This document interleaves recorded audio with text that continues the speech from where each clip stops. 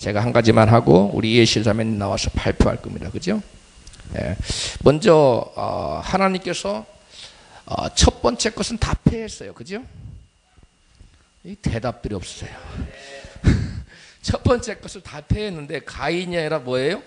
가인을 패하고 뭘 세웠어요? 아벨. 응? 그 다음에 아벨 대신 또 셋.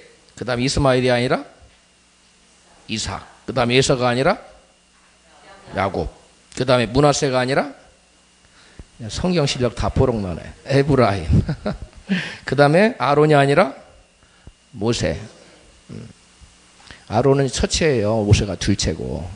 성경 잘 알아야 돼요. 그 다음에 엘리압이 아니라 다윗. 장자가 엘리압이잖아요. 첫째 것은 패하셨다니까. 안 썼다니까. 그 다음에 첫 왕이 아니라 둘째 왕. 사울이 아니라 다윗이죠. 그 다음에 이걸 제가 좀 써드릴까요? 여러분 다 써줘요? 시간 가는데.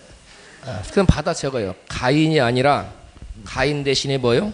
아벨. 이걸 가지고 여러분 설교를 한 몇 편 할 수 있어요? 이게 주의종들은 딱 뭘 보면 이것으로 어떤 설교를 만들 수 있는 것이 딱 와야 돼요. 안 목사님 딱 와요?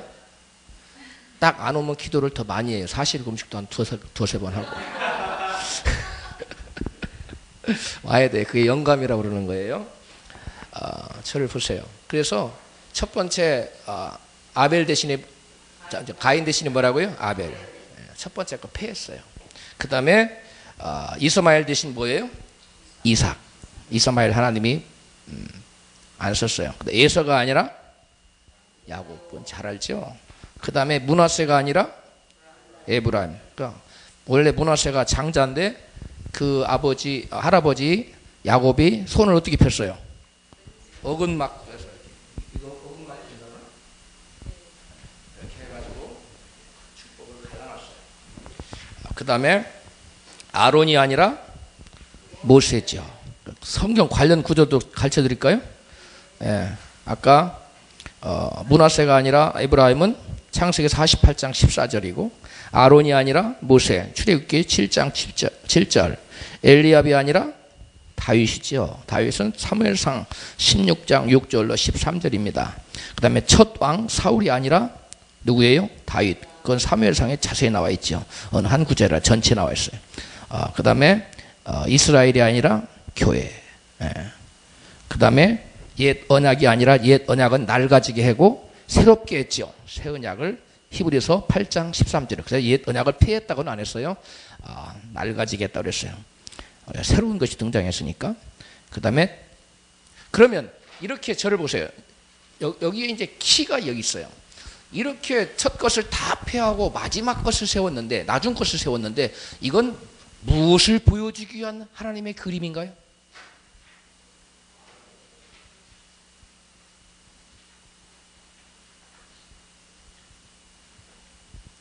이거 알면 무슨 소용이 있어요?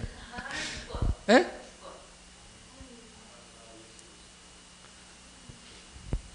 이건 유비예요. 유비. 에? 이거 유비인데 하나님이 상징으로서 그림으로서 보여주는데 요한복음 5장 39절에 뭐라고 했어요? 너희가 성경에서 영생을 얻는 줄 생각하고 성경을 상고하거니와 이 성경은 곧 내게 대하여 증거하는 것이로다. 그러면 그 당시에 성경은 신약 성경이었어요? 구약 성경이었어요?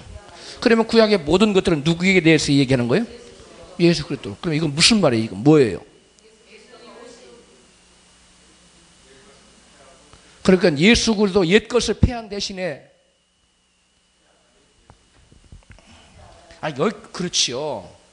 첫 아담은 폐하고 둘째 아담이 세워진다는 것을 보여주기 위한 여러 가지 하나님의 그림자의 설명이에요. 그래서 사람들은 이 앞에 끝까지만 알아. 그 뒤에 끝까지를 얘기를 못해요. 제가 책을 보니까 이것을 쭉 설명해놨는데 이 뒤에 핵심은 빼뜨려놓고 얘기했어. 앞에 것만 얘기했어. 근데 참 답답하다. 그 앞에 거 뭐하러 한 거예요? 아무 소용이 없는 거예요. 모든 것이 겨냥하는 것은 성경이 겨냥하는 건 예수 그리스도입니다. 할렐루야. 우리가 조금 이따 창세기의 복을 얘기하는데 그 창세기 전체가 복이에요. 내용이 창세기를 한마디로 표현하면 복입니다. 복. 복인데 그 복이 누구의 정점을 달리고 있어요?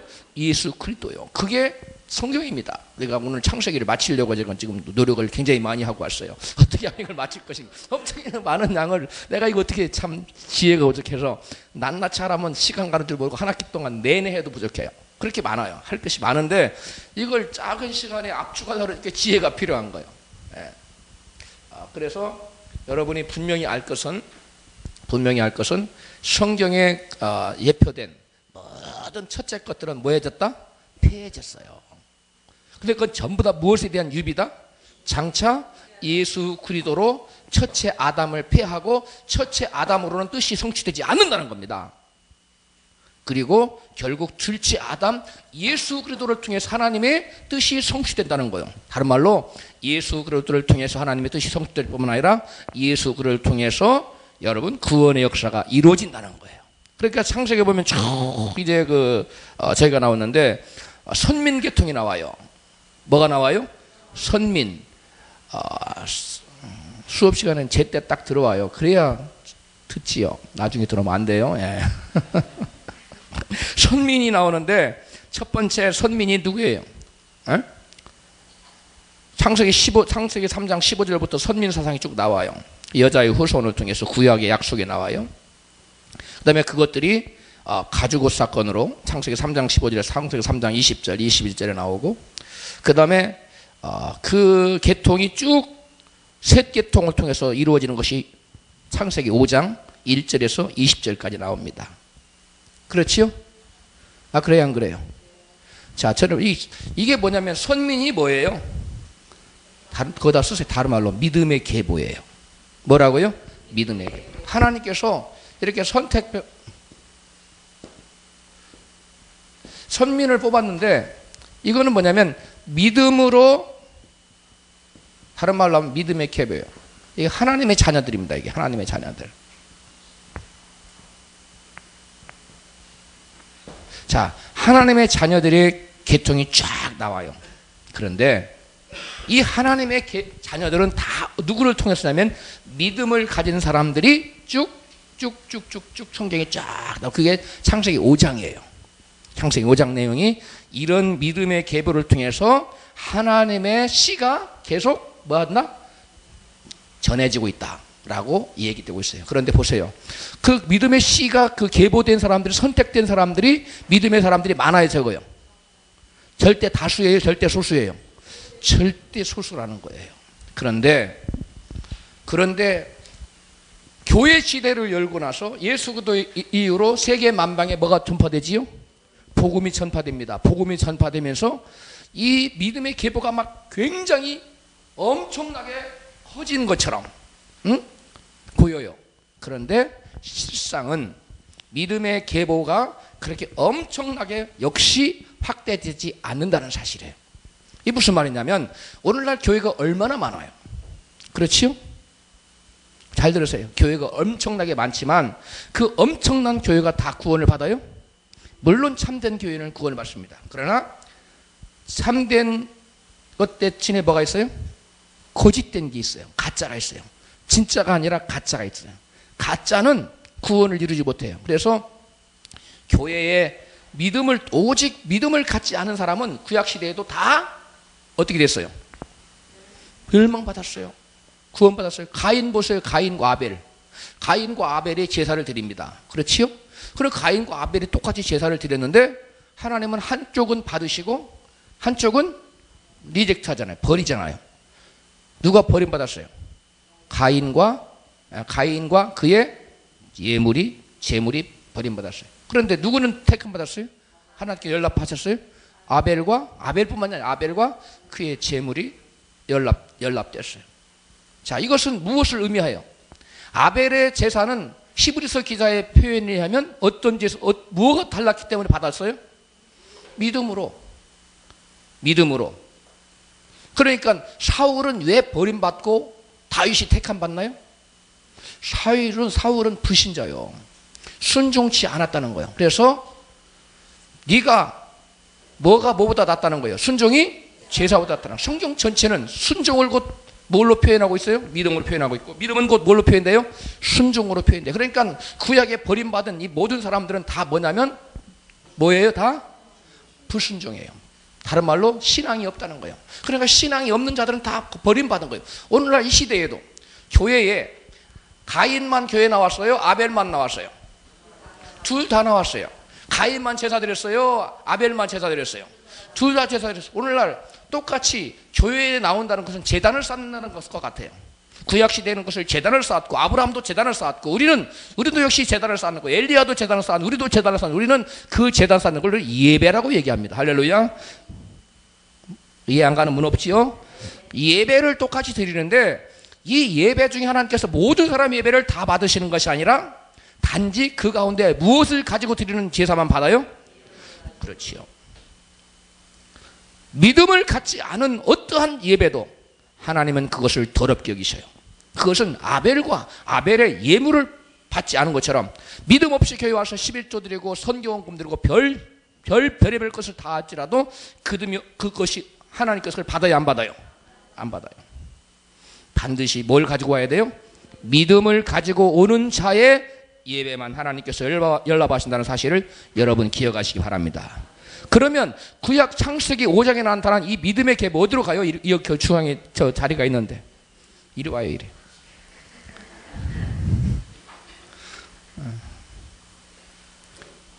제가 뭐 하다가 까먹었어요 지금. 네. 저를 헷갈리게 하지 말아요. 네.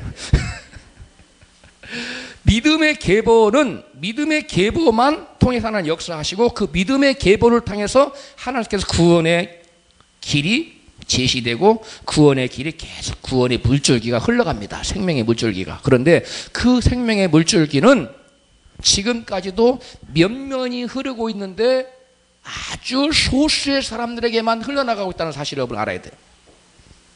이게 무슨 말이냐? 여러분, 교회 시대를 열면서 수많은 사람들이 교회로 나온 것 같고 하나님께 나오는 것처럼 보여요. 그러나 실상은 내면을 보면 가짜가 많다는 거예요. 뭐가 많아요? 가짜가. 제가 요즘 여러분 설교 듣고 지금 다 여러분 받은 감동을 다 써서 카페에 올리라고 그랬는데 열심히 하고 있어요? 네. 여러분 요거 좀 하고 있는 게 지금 구원은 믿음의 시리즈를 지금 쭉 하고 있는데, 여러분 거기에 의해서 사람들이 다 걸러져 나가요. 그 가장 최종적인 하나님이 걸르는 게 있는데, 가장 마지막 걸르는 게 다음 주 설교예요. 다음 주 설교는 그리스도의 주권에 가서 설교하는 거예요. 그러니까 지금 믿음에 대해서 제가 5번째 했죠. 6번째 할 거죠.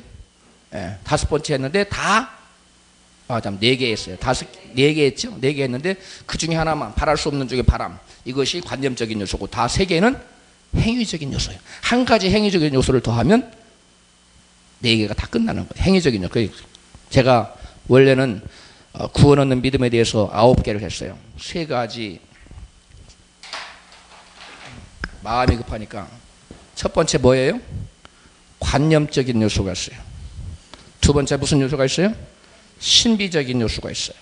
세 번째 무슨 요소가 있어요? 행위적인 요소가 있어요.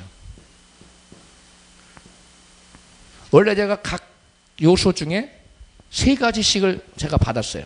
그래서 그걸 했는데 하나님께 제게 기도하는 가운데 하나님이 더 깨닫게 하셨어요. 더 불어났어요. 이것도 4가지, 이것도 4가지, 한 가지씩 다 더 했어요.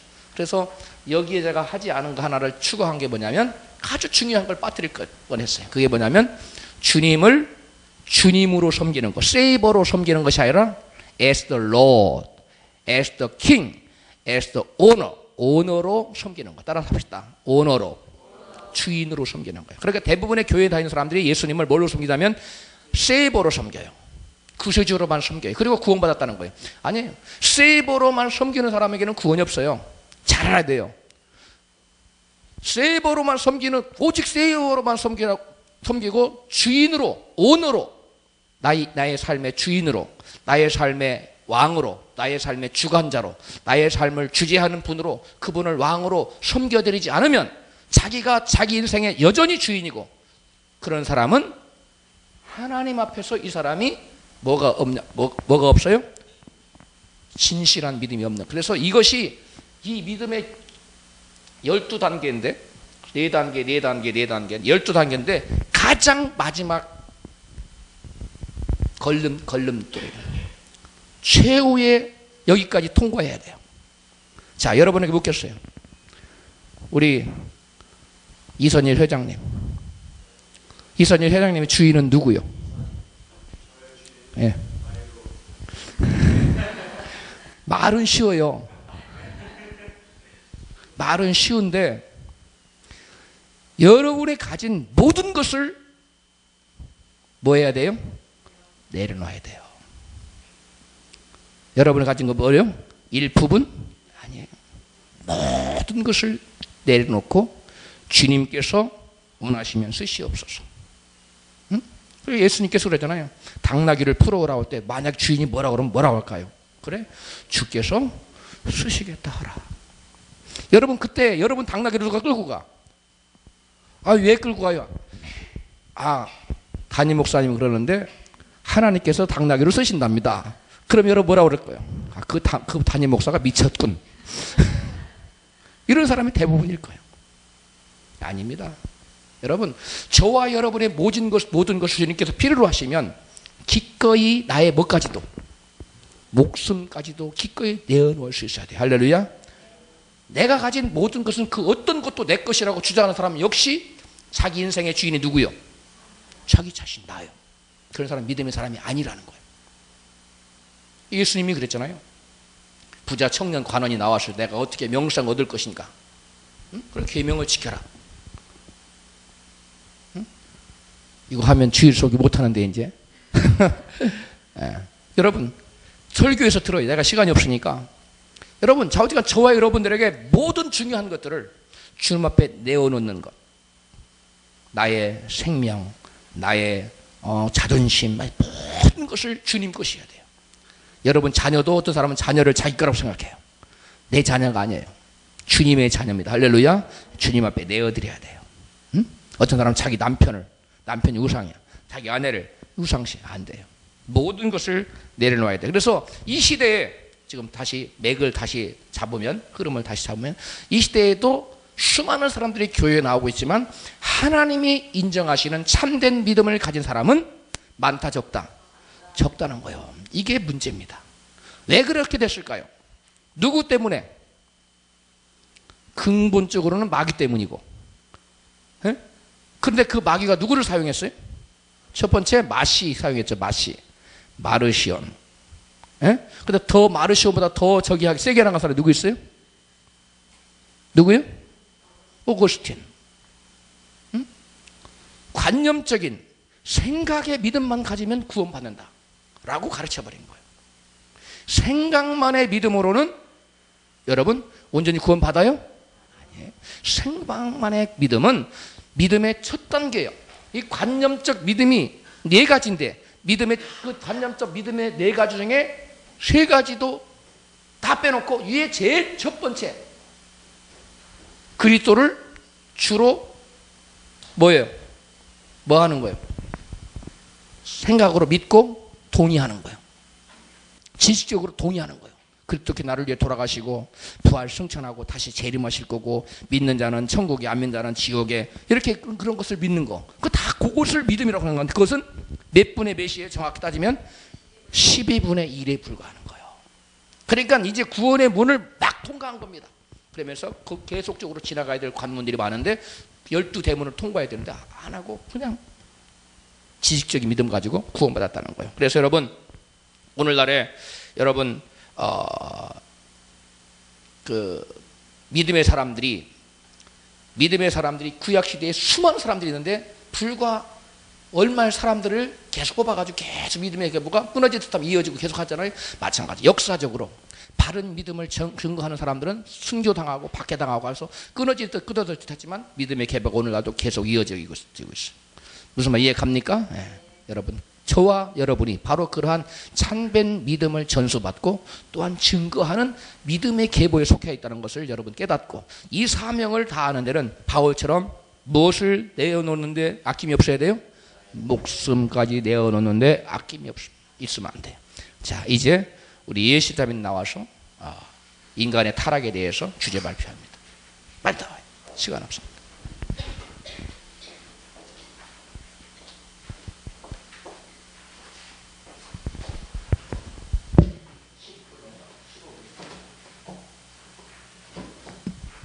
지난주에 자료 받으셨죠? 혹시 못 받으신 분 있으세요? 안 가지고 계신 분?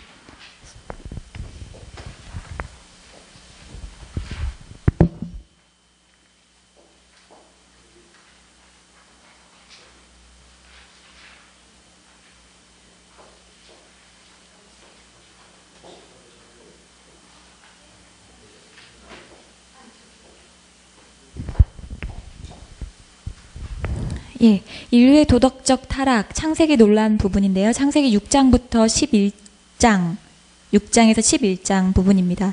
하필 가장 논란이 많은 부분 중에 하나가 걸려가지고 예, 잘 했어야 되는데 시간이 부족해서 일단 좀 읽는 형식으로 해야 될 것 같습니다. 일단은 창세기 6장 1절에서 4절을 먼저 읽어보는 게 중요할 것 같아요.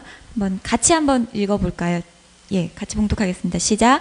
사람이 땅 위에 번성하기 시작할 때에 그들에게서 딸들이 나니 하나님의 아들들이 사람의 딸들의 아름다움을 보고 자기들이 좋아하는 모든 여자를 아내로 삼는지라.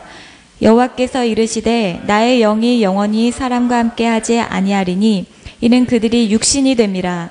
그러나 그들의 날은 120년이 되리라 하시니라. 당시의 땅에는 네피림이 있었고 그 후에도 하나님의 아들들이 사람의 딸들에게로 들어와 자식을 낳았으니 그들은 용사라. 고대 명성이 있는 사람이었더라. 예, 그렇습니다. 아담이 130세에 셋을 낳고 800년을 지내면서 그러니까 8세기에 걸쳐서 자녀들을 낳았죠. 그러면 어마어마하게 얼마나 낳았을까요? 어마어마한 숫자로 인류가 많이 증가되었을 거예요. 그렇죠? 그러고 나서 이 전후 문맥을 보면 지금 방금 전에 교수님께서도 말씀을 하신 것처럼 창세기 5장에 믿음의 계보가 등장을 합니다. 그리고 나서 결론적으로 창세기 6장 1절에서 4절까지 이 말씀이 나와요. 그런데 여기서 이제 논란이 되는 부분이 뭐냐면 과연 하나님의 아들들이 누구냐라는 부분이에요. 그래서 첫 번째는 이 사람들은 천사들이다라고 얘기하는 천사의 지구 침입설을 얘기하는 부류가 있고요. 한쪽은 네. 그리고 한쪽은 이거는 믿음의 계보인 전후 문맥을 봤을 때 믿음의 계보이기 때문에 이것은 그 셋의 후손 그러니까 믿음의 사람들을 얘기하는 것이다라고 얘기하고요.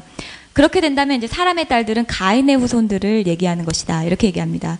그런데 그것도 이제 조금 못마땅한 분들이 이제 세 번째 이론이 이제 그 하나님의 아들들은 그때 당시에 왕이나 귀족들 이런 사람들을 얘기하고 그 사람들의 아들들을 얘기한다. 실제로 뭐 이집트의 파라오 같은 경우에도 신의 아들이라고 얘기했던 것처럼 그렇게 얘기한다. 그런데 그 이론은 거의 타당성이 없어 보이고요. 첫 번째, 두 번째 논쟁은 굉장히 아직까지도 치열한 부분이고, 그래서 여러분들도 한번 보시면서 내가 어느 부분을 지지하고 있는지를 한번 생각해 보셨으면 좋겠어요. 제가, 이거는 호명을 하면 안 될 것 같고, 좀 박보영 목사님과도 관련이 있는 굉장히 유명하신 목사님은 이 천사라고 주장을 하시고 계시거든요.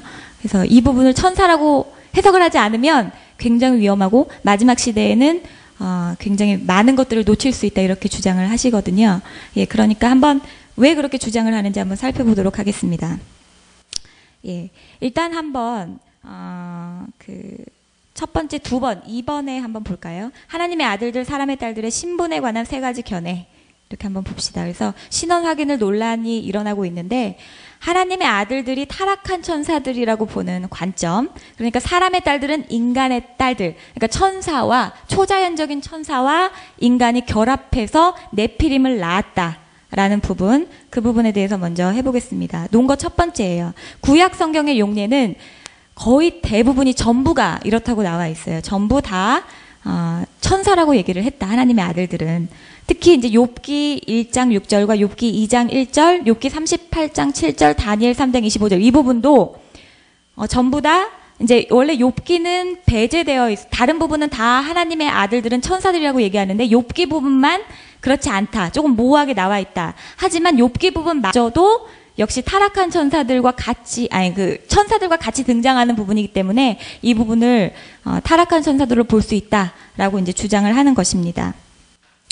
예, 그래서 이러한 이론을 근거로 지금 주장하는 분들이 굉장히 유명하신 요세푸스, 뭐 터툴리안, 루터, 뭐 여기 보면 저스틴 마터, 델리츠, 주석서로 유명하죠. 그다음 메릴 엉거, 마기론으로 되게 유명하신 이런 분들이 유명하신 분들이 이것을 지지합니다.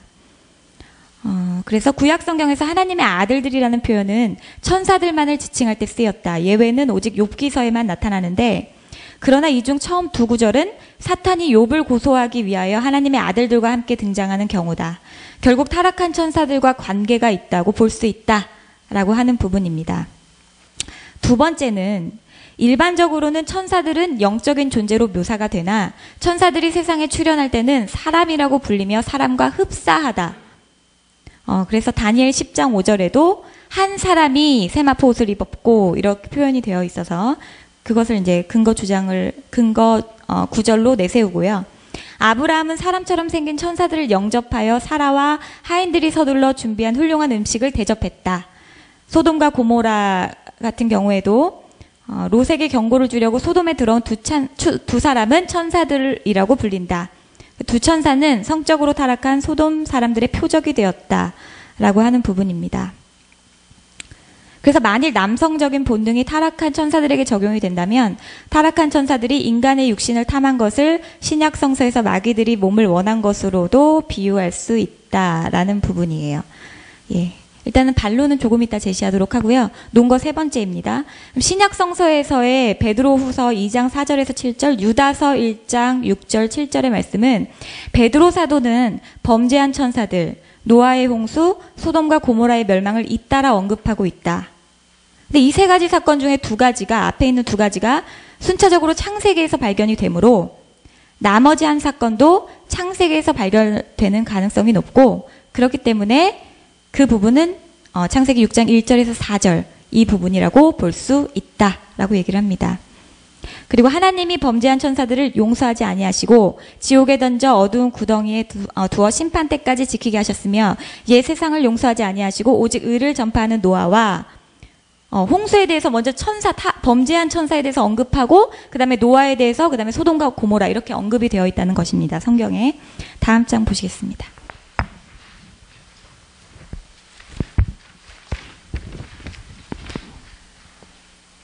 예. 유다서도 마찬가지로 천사들의 죄와 소돔과 고모라의 성적인 부도덕함을 나란히 놓으면서 천사들이 성적인 죄를 범했을 수도 있음을 암시한다라고 되어 있습니다. 자기 지위를 지키지 아니하고 자기 처소를 떠난 천사들을 큰 날의 심판까지 영원한 결박으로 흑암에 가두셨으며 천사장 미가엘이 이렇게 이 부분에서도 처소를 떠난 천사들에 대해서 나오죠. 예, 그런 부분이 있어서 실제로 노아의 홍수와 이런 것들과 연관되어 있다. 그렇게 얘기를 하는 부분입니다. 근데 이제 반론을 한번 보겠습니다. 우리가 이제 가장 이 부분에 대해서 반론할 수 있는 부분은 마태복음 22장 30절, 마가복음 12장 25절, 누가복음 20장 34절 말씀입니다.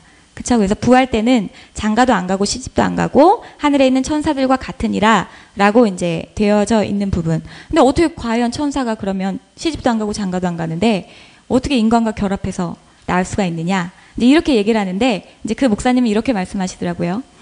하늘에 있는 천사들은 당연히 시집장가 안 간다. 그러나 타락한 천사들 같은 경우에는 다르다 이렇게 말씀하십니다. 타락한 천사들 같은 경우 이 땅에 내려와서 먹는 것도 사람처럼 똑같이 먹었고, 그리고 소돔과 고모라에서도 실제로 그 사람들이 탐했기 때문에 그렇다라고 이제 얘기를 하는 부분이에요. 예, 그리고 두 번째 반론은 전후 문맥 관계상 상치가 된다라는 부분입니다. 그러니까 5장 아까 전에 말씀을 하셨던 것처럼 그 믿음의 계보, 아담의 계보는 구별된 혈통의 계보였죠. 그러니까 문맥적으로 좀 생뚱맞죠? 갑자기 천사 이렇게 나타나면, 천사가 이렇게 나타난다고 한다면. 그리고 세 번째는 구속사적인 견지에서 향후 전개되는 타락사는 인간의 타락사가 아니라 천사의 타락사로 볼 수가 있다. 이렇게 이제 되어져 있는, 이렇게 본다라는 거죠. 인간의 타락사가 아니다라고 하는 것입니다. 제가 이제 몇 가지 반론을 조금 제시할 수 있는 부분은 그렇습니다. 일단은 아까 전에 베드로후서 말씀과 유다서 말씀을 얘기했잖아요. 그 세 가지 사건은 전부 다 마지막 때를 예표하는 사건입니다. 그렇죠? 천사들이 결박되는 것도 마지막 때, 최후의 시기에, 최후의 마지막 때를 얘기하는 거고, 노아나 그 소돔과 고모라도 마지막 때를 예표하는 사건입니다. 그렇죠? 그렇기 때문에 그것이 마지막 때를 예표하는 사건들이 나란히 열거되어 있다고 해서 그것이 천사가 이 땅에 침입했다 이렇게 얘기한다는 것은 좀 그렇고, 그럼 만약에 천사가 사람과 결합을 했다라고 한다면, 자, 우리가 성경에도 좀 나오는데 실제적으로 그런 일이 있는지는 모르겠어요. 짐승과 인간이 교합하는 그런 거에 대해서 가증하다라고 나와 있죠. 다 쳐 죽여야 된다고 그렇게.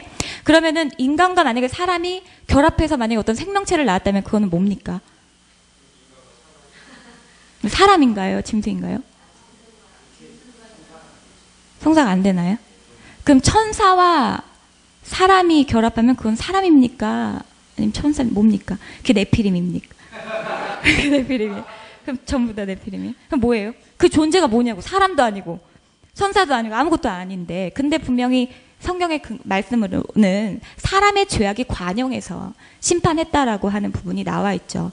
사람을 심판했다고 했지 어떤 특수, 그러니까 이분들이 얘기하시는 건 이거죠.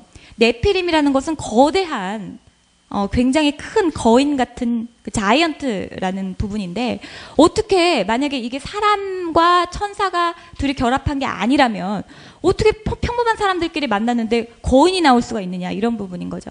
그럼 그렇게 따지면 나중에 골리앗이 등장하고 안악자손이라는 부분이 나오는데, 그럼 골리앗과 안악자손도 또다시 타락한 천사들이 이 땅에 침입해서 했냐라는 그런 부분이냐라는 거죠.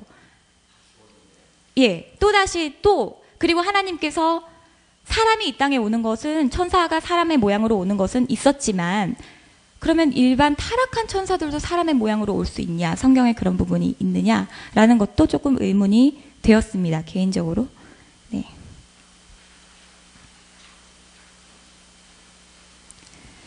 예, 그리고요, 그러면 두 번째, 그렇다고 해서 제가 뭐 꼭 이 두 번째 의견을 뭐 하는 건 아니고요.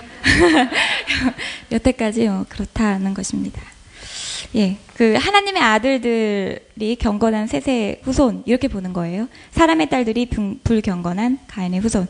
첫 번째는 창세기의 전반적인 가르침과 조화를 이룬다라는 부분입니다. 불신자들과의 결혼을 반대하는 창세기의 가르침, 이교도와 통혼하지 말라, 이 말은 즉 구별되라라는 얘긴데요. 우리 교수님께서도 말씀하신 것처럼 구별이라고 하는 것은 사람의 창조 목적인 그 영광과 예배, 즉 거룩한 삶을 위해서 창조되어졌고, 하나님을 저버린 인간들, 즉 불순종한 인간들은 언제나 심판의 대상이었죠. 하나님의 자녀라고 불리지 않았습니다. 그렇죠? 그래서 여기서는 우리가 그 문맥상 창세기 5장에 봤을 때 하나님의 자녀라고, 아들들이라고 불리는 그 부분을 믿음의 사람들이라고 충분히 해석 가능하다라는 부분입니다. 그래서 아브라함이 하인에게 이삭의 불신자들과의 결혼을 반대하는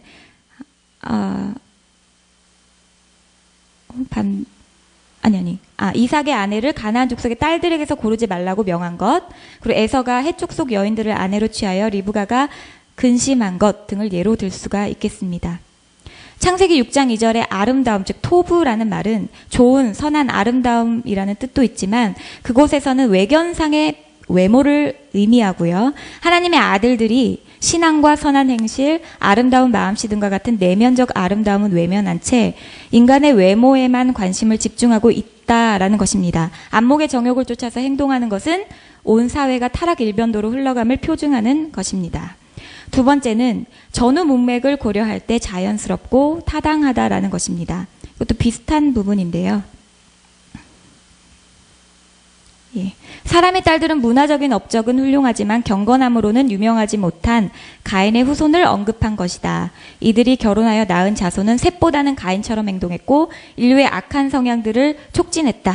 그 창세기 6장 5절에서 지적하는 것은 타락한 천사들의 행위가 아니라 인간의 사악함이었다 라는 것입니다. 세 번째는 홍수로 멸망한 존재를 사람이라고 언급합니다. 홍수 전에 노아가 방주에 들어가던 날까지 사람들이 먹고 마시고 장가들고 시집가고 있으면서 홍수가 나서 저희를 다 멸하기까지 깨닫지 못하였으니 라고 얘기를 하고요. 베드로전서 3장 20절에 마지막 때를 얘기하면서 전에 노아의 날 방주 예비할 동안 하나님이 오래 참고 기다리실 때에 라고 120년간의 심판의 유보기간, 회개할 수 있는 마지막 은혜의 기간, 유예 기간의 대상은 사람이었다라는 것입니다. 이제 반론은 어떤 부분이 있냐면요. 그러면 사람의 딸들이 가인의 딸들이라고 동일시해서 우리가 볼 경우에 가인의 딸들은 그럼 모두 악하고 셋의 아들들은 모두 경건하다는 것을 증명해주는 증거가 어디 있는가라는 부분입니다. 한쪽은 완전히 선하고 한쪽은 완전히 악했냐? 그래서 하나님께서 심판하신 홍수를 보더라도 이 무렵에는 셋의 후손들 중에 많은 사람들이 사악했다고 추론할 수 있다. 라는 부분이요. 두 번째는 네피림. 하나님의 아들들과 사람의 딸들이 결혼해서 애를 낳으면 특별한 유전자를 지닌 존재가 태어나는가? 아까 제가 말씀드렸던 부분입니다. 그리고 세 번째는 하나님의 아들들을 왕조의 통치자로 보는 부분이고요. 논거 첫 번째는 고대 근동지방의 통치자들은 창세기 4장 17절에서 24절에 묘사된 문명을 지속시켰고 창세기 4장 19절에 라멕처럼 여러 명의 아내를 취하는 죄를 지었습니다. 그래서 사람의 딸들은 이 왕들이 자기의 부와 명성의 상징으로 소유한 처첩들이었다. 그래서 일부 다처제가 단계적으로 확대된 것이다. 라고 얘기를 하고 있고요. 두 번째는 아까 말씀드린 부분입니다. 근데 반론은 전후 문맥과 히브리어의 일반적인 용례로 볼 때 비성경적이고요. 증거가 부족합니다. 그 정도라고 볼 수 있겠습니다. 맨 앞으로 다시 좀 잠깐만 돌아가셔서 첫 번째 전후 문맥 배경 원어 이거를 좀 한번 살펴볼게요. 본문이 이제 홍수 심판을 초래한 어떤 사건이 있었다라는 부분인데요. 파이널 라인이라고 해서 임계점, 우리 목사님께서 말씀하시는 임계점을 사람이 넘었다라는 거죠. 죄악이 너무나 관영해서 그래서 창조 질서가 전면적으로 파괴가 되는 그런 사건. 그래서 이제 이러한 논란이 있는 겁니다. 그래서 어떠한 특수한 존재, 천사가 이렇게 오지 않았는가. 근데 이제 그 본문의 이번에 본문의 전후 문맥을 볼 경우에 하나님의 형상대로 지으시고라고 하는 부분부터 창세기 5장에서 시작이 돼요. 그리고 아담에게 이름을 부여하셔서 아버지로서의 역할이 하나님의 그 이미지가 묘사가 됩니다. 그 다음에 10명의 사람들이 계보가 쭉 나오는데요. 육체적인 후손 계보가 아니라 선택받은 구별된 계보가 쭉 등장을 합니다. 그리고 이제 마지막에 노아가 등장을 하고요. 그래서 이 전후 문맥으로 봤을 때 여러분은 어떻게 보시는지 모르겠지만 저는 이게 굉장히 보수주의 입장이라고 하더라고요.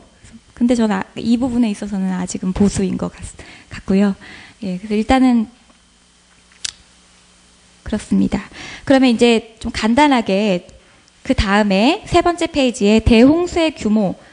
자, 이 부분은 사실 크게 간단히 말씀드리면 될 것 같아요. 성경이 전 세계적인 대홍수를 가르치고 있다고 믿는 부류, 그 다음에 국지적인 그 홍수설을 믿는다고 또 가르치는 과학과 어느 정도 절충해서 그런 믿는 두 부류가 또 논쟁을 하고 있습니다. 그런데 성경에서는 분명히 이제 전 세계적인 그 홍수 심판이었다고 분명히 얘기를 하고 있죠. 그런데 이제 이 부분이 반론을 제기하는 분들이 국지적인 홍수설을 얘기하시는 분들은 이렇게 얘기를 해요. 애굽의 기근이 있었는데 그 애굽의 기근도 전 세계적인 기근으로 볼 수 없지 않냐. 너무 좀 억지가 아니냐. 그러므로 홍수도 이게 전 세계적으로 표현이 되어 있다고 하지만 이게 전 세계적으로 표현되어 있기에는 조금 오류가 있다라는 부분입니다. 그런 것들이 이제 어떤 부분이 있냐면 너무 가까운 곳으로 이동을 했다는 거예요. 배가 1년이나 이렇게 돌아다녔는데 배가 너무 가까운 곳으로 아라랏산으로 너무 금방으로, 그러니까 비는 그 지역에만 왔다. 이런 부분, 그런 얘기가 있고요. 그리고 신선한 물과 소금물이 섞이면 물고기가 살 수 없는데, 그럼 어떻게 그 물고기는 노아 방주로 안 들어갔는데 물고기가 다 죽어야지 왜 살았냐, 뭐 이런 것들이 있습니다. 믿음이 없는 자들.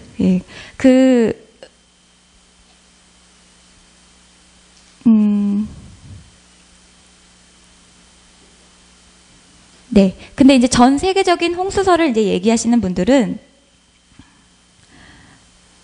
거기 세 번째 보면 깊은이라고 되어 있는 부분 있죠. 깊은 단어. 그러니까 창세기 1장 2절에서 사용된 깊은이라는 단어는 큰 깊은 샘에서 사용되었다라고 하는데 온 세상이 예전처럼 혼돈하고 공허했던 창세기 1장의 그 부분처럼 다시 완전히 덮였다라는 것입니다. 물로서 완전히 또 다시 공허하고 혼돈 상태로 들어갔다라는 것이죠. 재창조를 위해서 그렇게 되었다라는 부분이고, 그리고 371 동안 그 정도로 계속되는 홍수의 규모로는 전 세계적인 홍수일 수밖에 없다라고 존 데이비스는 말했습니다.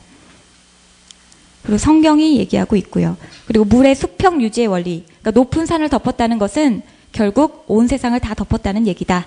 뭐 이런 식으로 그런 이야기들이 있습니다. 근데 바벨론의 홍수설을 보면 이게 홍수 이야기와 굉장히 유사하다는 그런 부분이 되게 많거든요. 그래서 거기 보면 우투나피시 팀 또는 제가 안 적었는데 아트라 하시스라는 서사시에 보면 이 주인공들이 노아와 너무 흡사해요. 배로 들어가고 뭐 이런 여러 가지. 근데 이 이야기들은 흡사하지만 그래서 이제 성경이 이걸 베꼈다라는 거예요. 그런데 실제로 이 내용들을 잘 보면 성경만이 그 심판의 원인을 설명하고 있고요.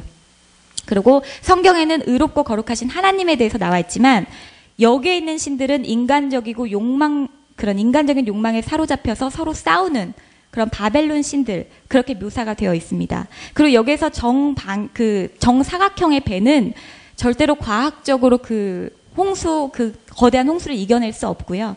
성경에서 묘사하고 있는 이 규모의, 이 크기의 그 설계만이 그 홍수를 잘 이겨낼 수 있는 과학적 설계다라는 부분입니다.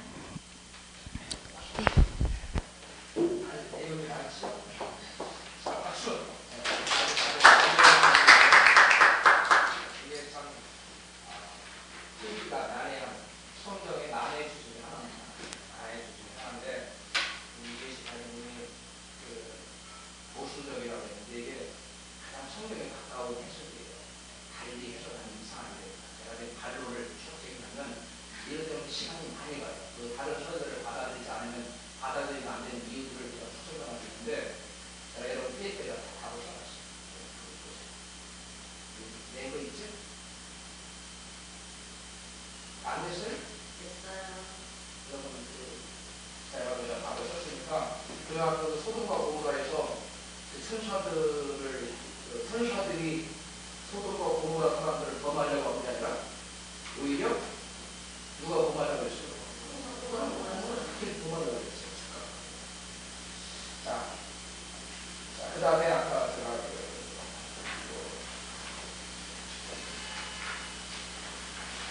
하나만 좀 질문을 드리고 싶은데, 예. 여기 이제 몇 가지 제안들이 있는데 그 중에 이제 이렇게 보는 생각을 좀 해보면 좋겠는데요. 가인의 딸들과 셋의 아들들을 얘기할 때 이제 좀 개인 예정론적인 입장에서 이것을 성경을 봤기 때문에 우리가 지금 칼빈주의 시각에 사실 젖어 있잖아요. 그런 시각에서 봤을 때 이렇게 보는 것이 사실은 우리가 지금 웨스트가 말하고 있는 그런 부분들을 접근해 본다면 그 사람의 믿음과 삶이 일치하는 부분으로 봤을 때 믿음과 삶이 일치하는 사람들이 여기서 말하는 그 셋의 아들, 그 사람들, 그러니까 하나님의 아들들 그런 표현으로 나올 수 있고 그렇지 않은 쪽은 사람의 아들들, 사람의 딸들 이렇게 표현해 드리지 않는 그런 시각에서 그렇게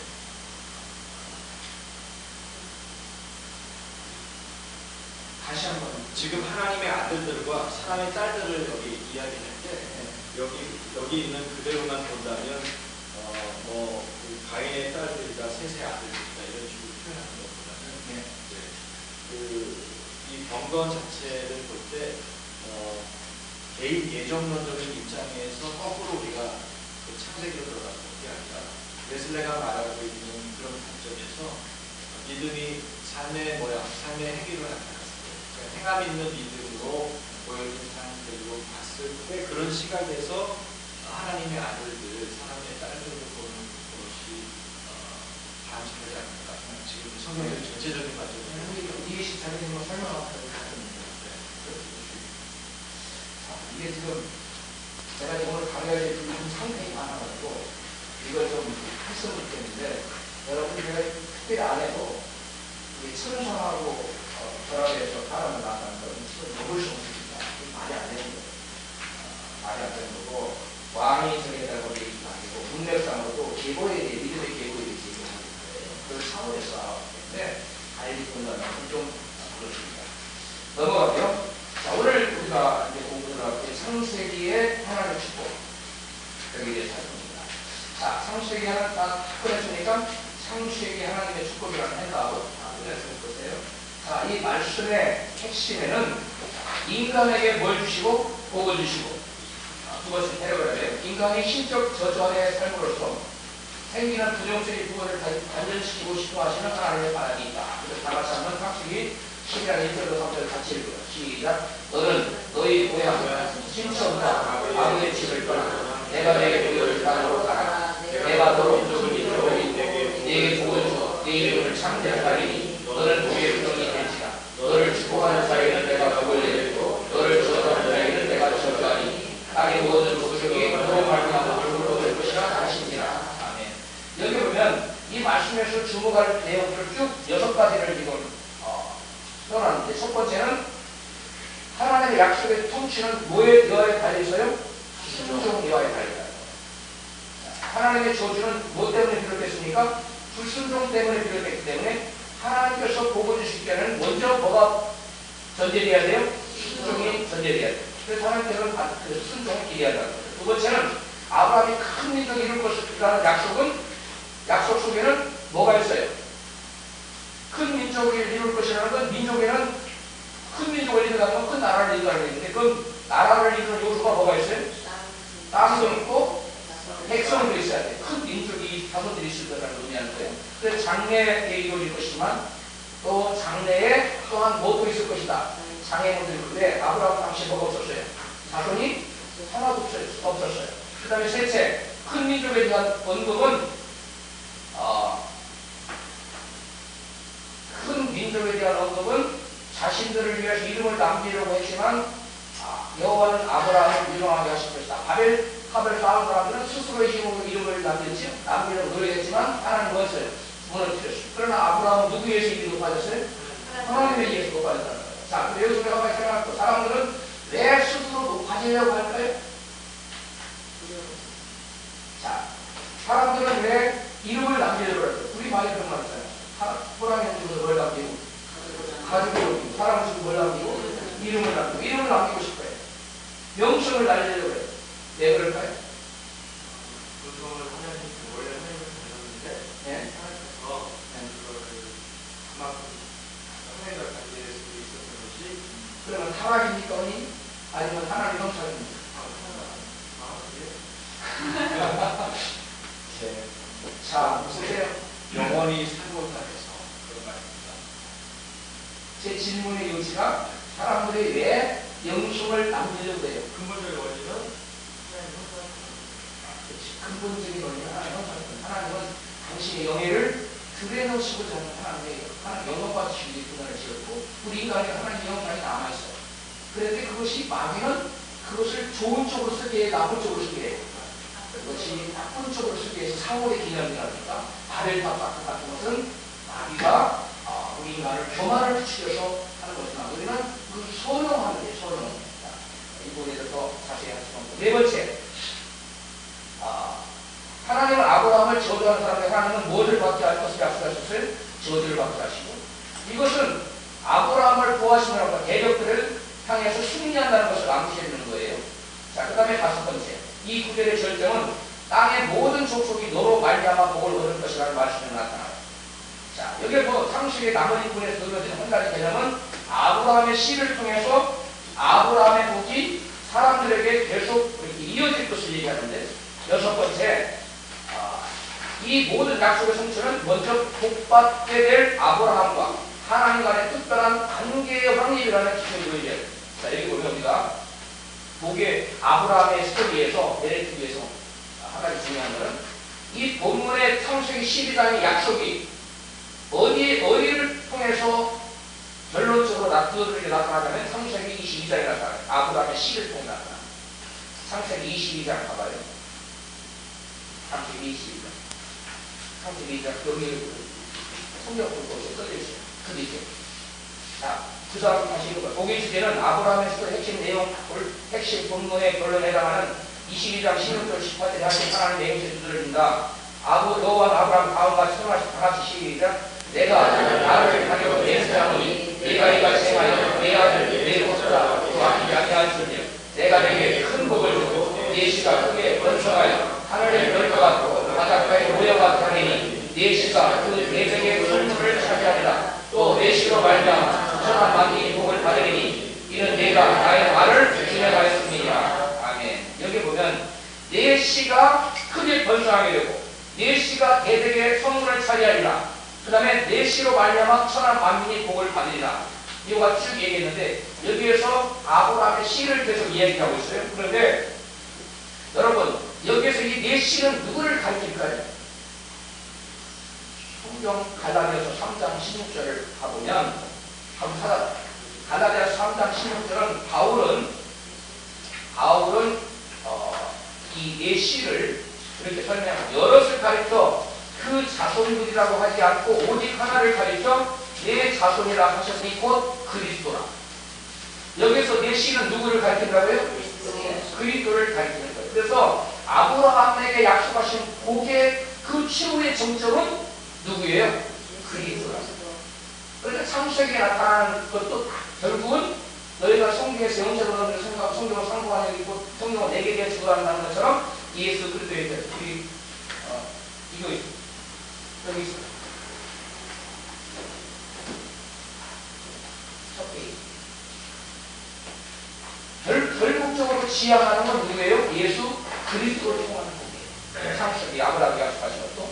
자, 그 다음에 창세기 12장 13절 아브라함에게 시작을 나타내는 22장 16절 18절은 절정에 해당하는 하나님의 맹수 아브라함을 뛰어넘어 그의 씨를 바라보고 있다. 그 씨는 누구라고요? 예수 그리스도. 아까 그 여럿을 가리키는 것이 아니라 뭐라고요? 하나님의 내 자손, 내 자손들이라고 하지 않고 영어는 descendants, 그 다음에 그 내 자손, seed, 단수와 복수가 영어로는 구별되어 있어요. 근데 한글로는 그냥 자손이라고 해요. 자손이 한국어로는 복수입니까? 단수입니까?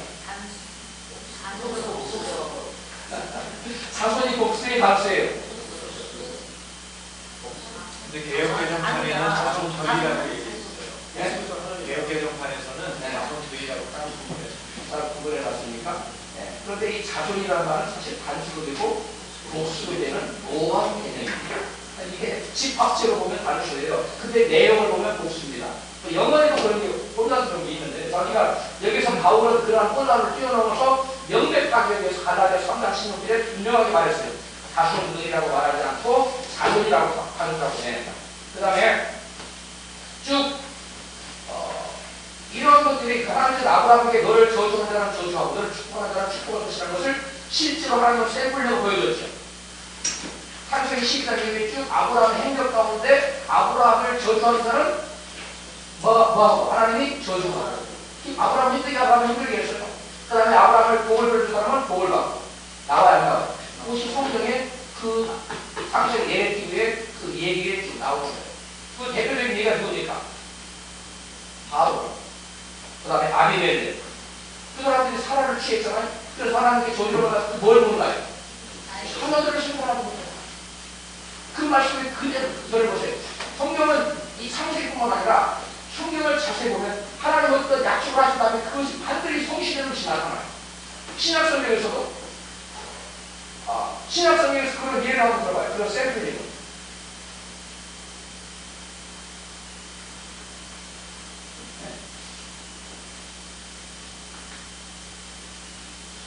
갑자기 지금 성수기를 있어요. 자손이 네. 성에 가서 네. 두개 물렸을 또 위에 눌렸을 때.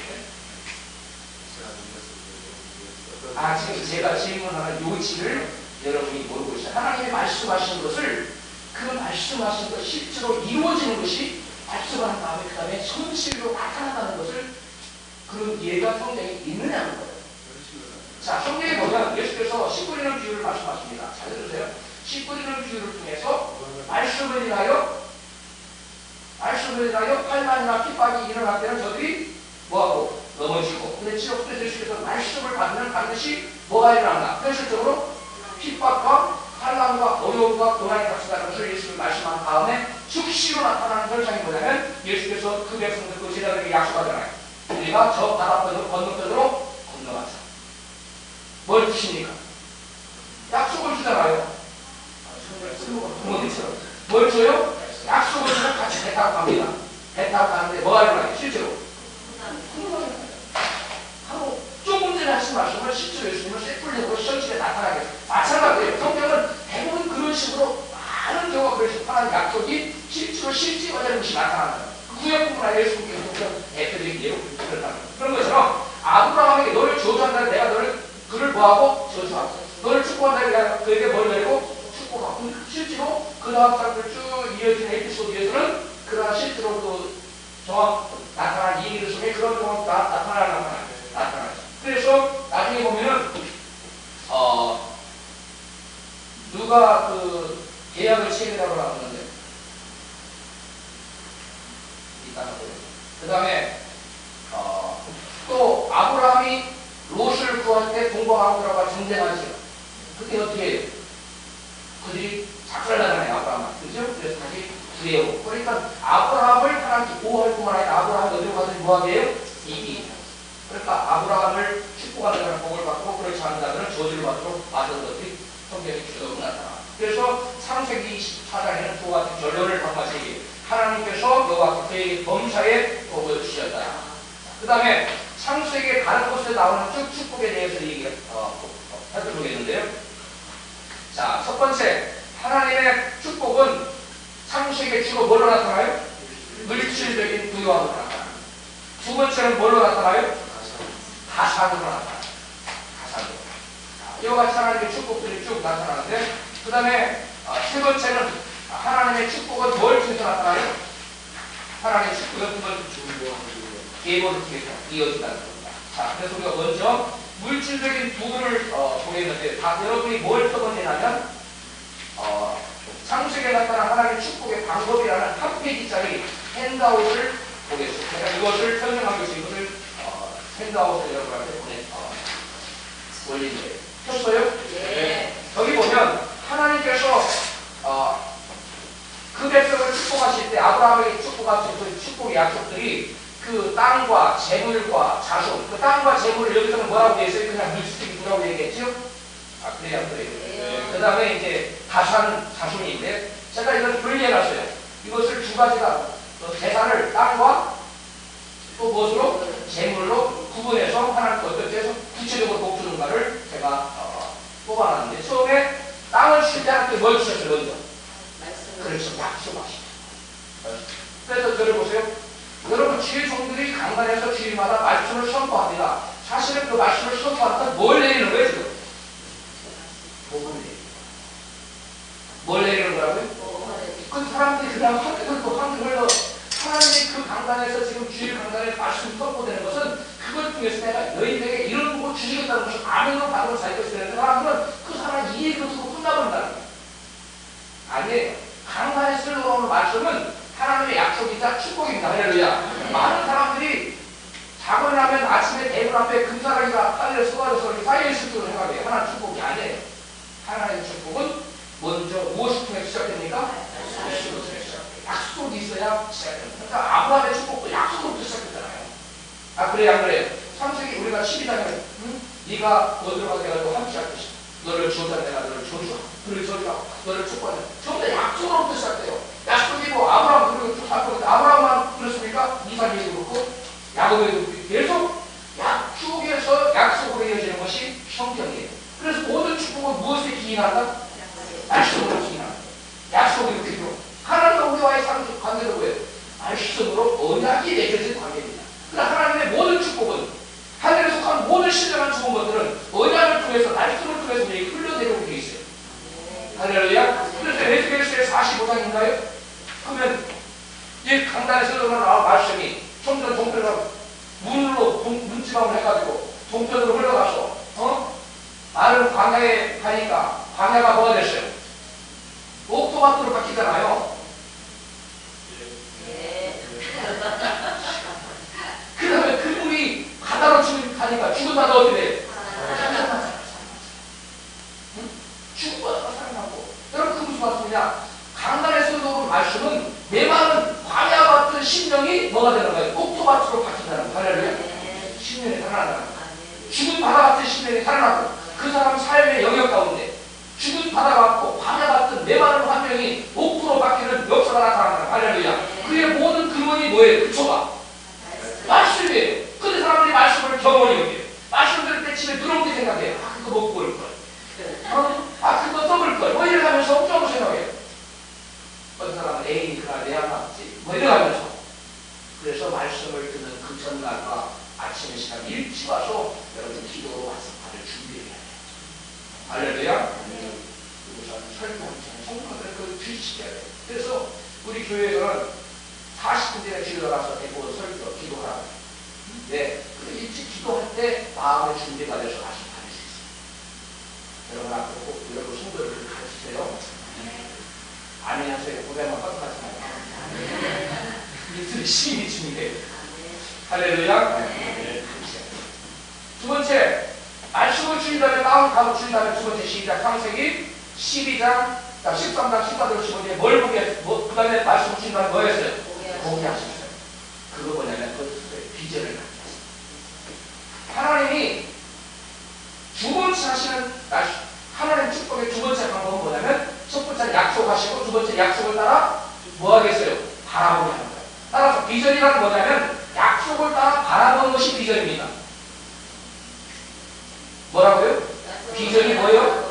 약속을 따라 꿈꾸고 바라는 것이 비전이에요. 바랄 수 없는 게 바라는 거예요. 아브라함에게 밤하늘의 목표를 바라보고 너희 자손 장차 이와 같으리라. 그게 말이 됩니까? 자기 자식 하나도 없는데 자식 하나도 안 없는데 하나님 보통 사람은 하나님 자식이라도 하나 저렇게 말하세요. 이렇게 나올 거 아닙니까? 그럼 아브라함은 그렇게 그냥 믿었어요. 여러분 믿습니까? 아멘. 그렇죠. 아브라함에서 약하잖아요. 여러분 믿습니까? 아멘. 저는 총도 지금 우리 총도 예배 시간에 30명도 안 모여서 예배 있어요. 어른들 30명 안 들고 예배를 드리고 있지만 내가 1만 명을 길러내서 파송한 거 제가 끊임없이 바라보고 이 시간 외치고 있어요. 할렐루야. 여기 보자. 이게 하나님이 이걸 이름이라고 해요. 하나님 이름이 없이 하나님 기쁘시게 할 수 없어요. 대부분 사람들이 보이는 것만 보고 얘기해요. 그러나 믿음의 사람은 보이지 않는 것을 보고 얘기해요. 그게 비전이다. 그냥 한번 읽어보세요. 우리 바다 시작. 우리 바다 같이 온 땅에 다른 곳을 살아요. 주님과 이것을 사랑하는 열매는 제자와 너희들을 지속한다. 무리를 바다를 덮음같이 1만 명의 설교사가 집을 싹 덮어버리면 우리 바다 덮음같이 되겠어요? 안 되겠어요? 아, 돼요? 안 돼요? 끊임없이 약속을 부여잡고 하나님께서 저와 여러분의 말씀을 읽을 때 말씀을 들을 때 또는 기도할 때 성령으로 말씀으로 우리에게 약속하시고 할렐루야. 그 말씀을 붙들고 그 약속을 받았으면 그 약속을 끊임없이 바라보는 그것을 누가 원하시는 거 하나님과 그게 비전이라고. 비전은 바라보는 거예요. 따라합니다. 비전은 비주얼라이제이션. 바라보는 거기서 눈에 됩니다. 보는 거예요. 안 보면 안 돼요. 안 보이고도 눈을 감으세요. 네? 눈을 감아 안 보이면 금식하세요. 사실상 봐야 돼요. 할렐루야. 그때 보게 하셨어요. 그 다음에 창세기 14장 14절 15절 같이 읽어봐요. 시작. 롯이 아브라함을 떠나되 여호와께서 아브라함에게 이르시되 너는 눈을 들어 너희 있는 곳에서 동서남 북을 바라보라. 보이는 땅을 내가 너와 네 자손에게 주리니 영원히 이르리라. 여기 보면 보이는 땅이 아니에요. 고치세요. 보이는 땅이 아니라 내가 보는 모든 땅이에요. 내가 보는 모든 땅. 그게 영어로 보면 이거 명확하게 되어 있어요. All the land you see. 얘가 보는 모든 땅이라는 거예요. 가만히 있어 보여지는 게 아니에요. 의도적으로 믿음을 가지고 봐야 보이는 땅이에요. 무슨 말 이해가요? 이게 수동적인 의미가 아니에요. 의미라는 말 성경에는 보이는 땅, 그냥 가만히 있어 보이는 거하고 이런 걸 보는 건 달라요. 히어링하고 리스닝하고 같습니까? 히어링은 뭐예요? 그냥 가만히 있어 들리는 거예요. 리스닝은 가만히 있어 들려야 들려요. 안 들려요? 구별해서 무슨 소리지? 여러분 설교나 강의를 할 때 히어링을 해야 돼요? 리스닝을 해야 돼요? 리스닝 해야 돼요. 어떤 많은 사람들이 히어링에 들리면 듣고 안 들리면 말고 리스닝. 보는 것도 마찬가지예요.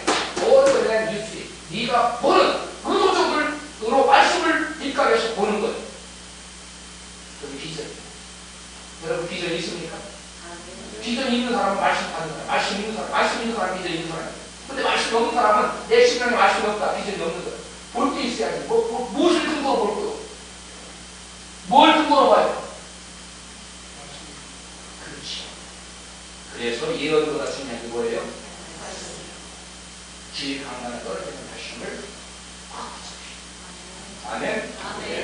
그 다음에 두 번째, 재물을 주실 때, 땅을 주실 때도 그랬고, 재물을 주실 때도 먼저 뭘 주셨어요? 말씀을 주셨어요. 그 다음에 말씀을 주신 것이 쭉 재물을 말씀 주신 것이 창세기 28장 15절, 창세기 다 아니겠어요. 시간이 너무 안 가요. 31장. 그 다음에 쭉 보면은 뭐예요? 다 재물을 줄 때도 하나님께서 약속하세요. 창세기 야곱에게 삼촌 라반에게 10번이나 싹을 연역당하고 빚터져야 했잖아요. 알고지 될 뻔했잖아요. 그래서 하나님이 야곱을 공수로 나가겠습니까? 아니죠. 하나님 비법을 같이 주잖아요. 뭐라고? 네가 부자 되는 걸 봐.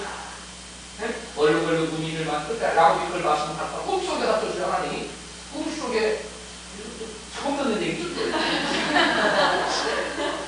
꿈속에 하나님이 야곱에게 감춰줘요. 그렇게 야곱이 그러다가 하여튼 막 신풍나무와 얼룩얼룩 나무를 갖다가 해놓고 건강한 것들이 동이한테 그 앞에서 동이한테 그 자기도 가라앉아.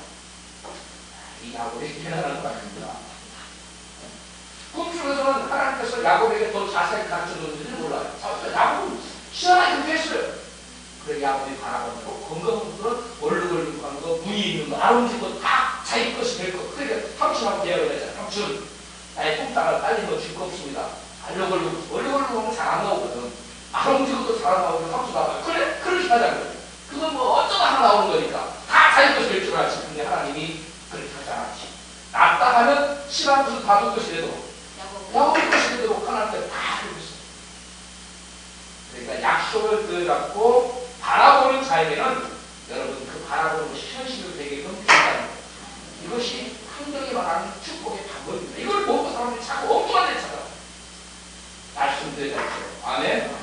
근데 대부분 말씀을 주일 말씀 뭐 들으시면 그걸 못 까먹었어.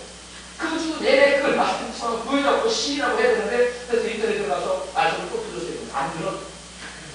안 들어. 들으면 들을수록 놓친 것들이 자꾸 떠오르고 내 심령에 자꾸 새겨져서 그 말씀을 들여서 축복이 자기 믿음이 자라고 믿음은 뭘 소라요? 들으면서 하나님의 그냥 보여주시옵니다. 들으면서 믿음이 자라면 믿음은 입술로 고백되게 되고 입술로 고백되는 현실로 나타나요. 할렐루야.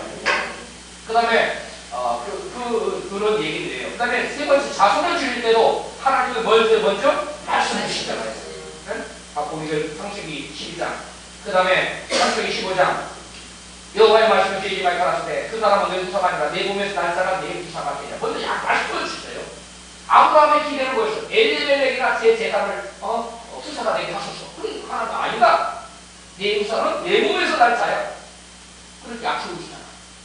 먼저 뭘 준다고요? 그러니까 축복은 무슨 뜻이에요? 말씀이에요. 축복 이고로 말씀입니다. 자, 그 다음에 그 말씀을 가지고 뭐 하게 해요? 바라보게 하잖아. 응? 바라보게.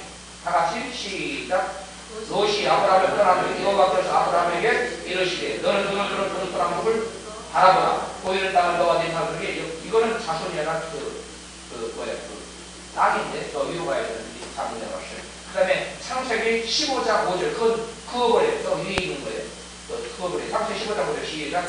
이를 이끌고 가보라 하라세 하늘을 우러러 뭇별을 쓰신다 보라. 또 그에게 이르시되 내 자손이 이와 같으리라. 그것을 뭐하게 바라보게 하자. 무슨 말이 갑니까? 그 다음에 그것을 하나님은 아브라함에게 그걸 가지고 하나님은 믿었지 않았어요. 한 가지 더 확실한 보증을 더 확실한 방법을 가르쳤는 거예요. 입술로 시인하지 않습니다. 17장 6절로 시작. 이제로는 내 이름을 아브라함이라 하지 아니하고 아브라함이라 하니 이는 내가 너로 열국의 아비가 되게 하니 함이니라. 자, 여기 보면 아브라함은 뜻이 뭐예요? 열국의 아비라는 뜻이에요. 자식 하나도 없는데 이름을 뭘로 부르라고? 열국의 아버지라고 부르는. 그러니까 여러분 현재 있는 상황 그대로만 보고 말하는 사람은 이 사람 복받은 사람이 아니에요. 복받은 사람은 상황을 뛰어넘어서 말하는 사람이에요. 누구처럼? 여호수아와 갈렙처럼. 여호수아와 갈렙처럼 환경을 뛰어넘어서 저들은 우리의 밥이라. 그 말도 안 되는 소리거든 사실은. 그래 안 그래요? 현실을 바라보면 전력을 비교해 보거나 전투 경험을 보거나 군인 수로 보거나 어떤 규정 봐도 게임이 돼야 돼. 안 되는데. 우리 이긴다고. 저들 우리 여호와 성전에 그랬더니 이길지라. 그런데 현실을 바라 그대로 바라보면 누구예요? 열정당. 우리는 이제 죽었다. 네? 저들에게 철벽가 있고 우리는 아무것도 없고 저들은 우리가 보기에도 대장부 우리는 뭐 같다? 스스로 보기에도 메뚜기 같다. 그렇겠어. 여러분 입술로 시인하는 게 중요해요. 누구처럼? 여호수아와 갈렙처럼 하나님은 뛰어넘어서 시인합니다. 아멘. 그러니까 그들의 시인대로 그랬어요. 성경에 너희 말이 내 귀에 들린 대로 내가 그대로 시행하지. 민수기 14장 28절. 어디라고요? 너희 말이 더한 대로 내 귀에 들린 대로 성경은 다 연결되어 있어요. 왜? 시인하면 하나님께서 그대로 하게끔 되어 있기 때문에 하나님께서 그런 말씀을 하신 거예요. 무슨 말 이해가죠?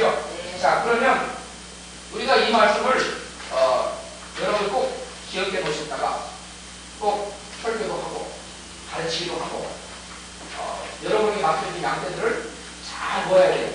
복잡해야 돼요. 아멘? 네, 복잡해야 돼요. 자, 그 다음에 예수 믿으면 가난하고 그렇게 살아야 되는 거 아니에요. 예수 믿는 구원은 영적인 구원만 아니라 이 세상에서 온전한 구원이 이루어져야 돼요.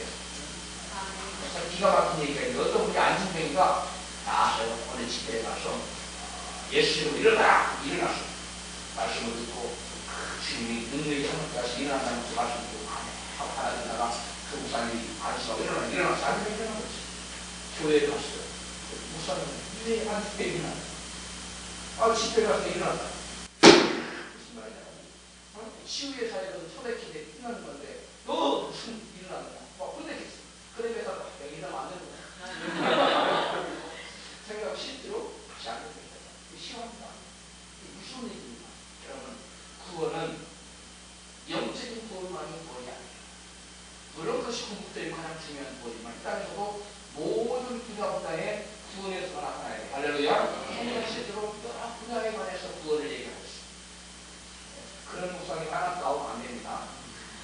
할렐루야. 그 다음에 넘어가겠습니다. 3페이지 보면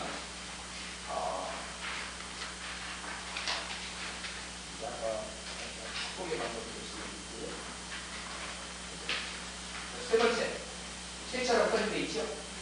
중요한 것이 시작.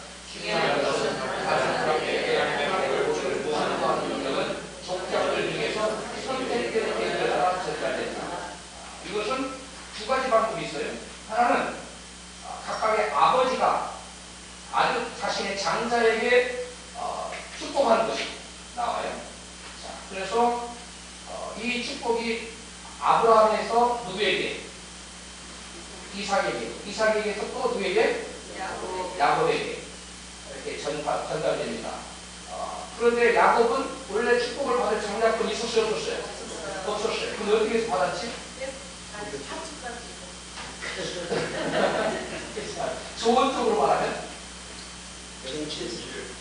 좋은 쪽으로 말하면 사모하는 거예요. 따라가세요. 우리 하나님은 사모하는 영혼을 가르쳐 주신다. 그 다음에 내 입을 넓게 열라. 그래야면 할렐루야. 야곱이 좋은 쪽 나쁜 쪽으로 하면 사기쳤고 쟁취에 들었지만 좋은 쪽으로 하면 뭘 받아요? 사모하는 거예요. 이 장자권은 다른 말로 믿음입니다. 천국 갈 수 있는 믿음인데 믿음 당장으로 천국 갈 수 있는 믿음 가졌다고 당장 간단한 종이 먹잖아요. 배고픔 열어야 되니까 예수는 세상 것으로 바꾸는 물질로 영적인 것을 바꾸는 신뢰한 것을 바꿔버렸어요. 그러나 야곱은 자기의 물질을 가지고 신뢰한 것을 살아야 되잖아요. 그런 사람이에요. 아멘. 재물을 가지고 예수님으로 누구를 사기로 했어요? 둘이의 재물을 가지고 신부를 사기로 했어요. 이 땅에서 여러분 재물 가지고 쌓아놓고 제가 악한 날에 저희가 재물을 쌓았구나 야구로 사도록 청문하고 있어요. 그렇게 청문하는 사람은 천국 못 가요. 그거 못 받아요. 응? 여러분 그래서 우리가 이 악한 날에 우리가 가지고 있는 이 재물을 가지고 친구를 사귀어야 돼요. 친구. 그 친구 거기서 말하는 친구가 누구예요? 누구예요? 자신이 없어 이렇게 표정이 됐어요. 미국 사람들은 표정도 막 당당하게 얘기해요. 한국 정확한 건 얘기를 하려고 해요. 그럴 필요 없어요. 우리 그들 하나님 구체적으로 예수님을 말하는 거예요. 우리가 이 땅에 계신 동안에 우리의 가진 여러 가지 건강이 있으니까 건강으로 친구를 해야지. 내가 성도도 하고 고기라도 하고 서비스. 그다음에 그렇게 다 우리에게 맞았어요. 아니 박수 한번 쳐요. 박수가 안 치는 건 뭐예요? 다시 박수 시작. 네, 졸업식까지 아니니까. 그 다음에 또 하나는 하나님의 축복은 아브라함에게도 그렇고 이삭에게도 그렇고 무엇이 전제되는 거예요? 뭐가 전제돼요? 하나님의 축복은 믿음으로 받는 건데 믿음을 순종으로 받는 거예요. 순종이 전제돼요. 순종을 안 하면 빼앗아 버려요. 그러니까 사울에게 마음대로 줬지만 네가 순종하면 다사면서 대대로 도와줄 때가 주지 못했어. 순종 안 했어. 그러면 빼앗아. 하나님 마음에 그 다음에 야곱 역시도 순종에 달려있어요. 그냥 넘어갑니다. 앞에 좀 읽어봐요. 여러분 읽어왔죠? 네.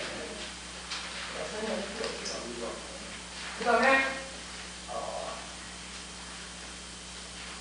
앞에 두 번째 패러그래프 앞에서 살펴본 아브라함 이야기와는 별도로 야곱과 요셉의 이야기는 설명이 더욱더 상세하다.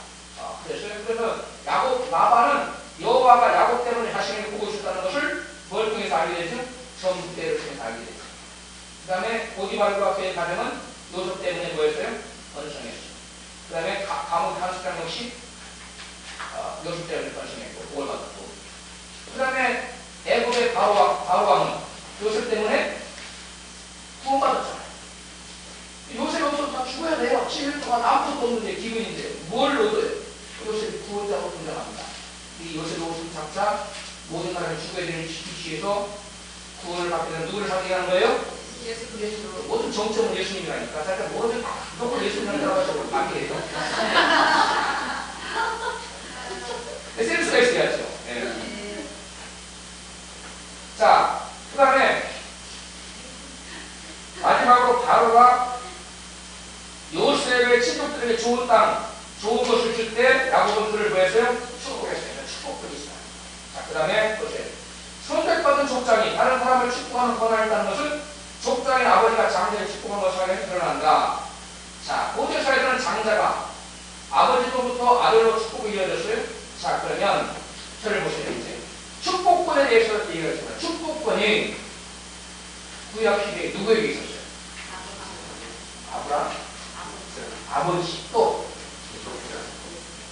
족장 또 네? 제사장 또 계속 그 특별하게 누가 먹어요? 뭐요? 와, 가이방이 축복하겠죠? 백성에다가 축복하면 나와야 안 나와요? 대답을 못하는 사람이 큰일 났잖아요. 가이방이 백성을 손으로 축복해야 하네. 기름 따라서 기름 부음 받는 자는 축복권이다. 한마디로 말하면 한마디가 뭐예요? 기름 부음 받은 자에게 축복자. 하나님이 권위자를 줬구나. 하나님이 권위자를 축복해줍니다. 그래서 왕도 기름 부음 받아야 받아요. 제사장도 기름 부음 받아야 받아요. 선지자도 기름 부음 받아야 받아요. 그래서 에레미야가 그 백성을 축복하니까 내가 그들을 축복하지 않을 테니까 너는 그들 위해서 축복하니까. 와우, 선지자 에레미야 선지자가 많아요. 못한 게 왜? 기업적인 축복이 임하거든. 생소한 그런 것처럼. 그 다음에 또 이방 선지자 하나 있었죠. 발람. 가서 이스라엘 백성을 저주하는 하나님 뭐하게? 화기를 막잖아. 그리고 도리에 뭐하게? 선지자에게 뭐하기 때문에. 자, 그러면 여러분들은 저와 여러분은 왕입니까? 제사장입니까? 선지자입니까? 이것도 헷갈려. 남 목사님, 우리 김 목사님, 어떤 거예요? 어떤 걸 받고 있어요? 제사장으로 기름 받았어요? 선제로 기름 받았어요? 아니면 왕으로서 기름 받았어요?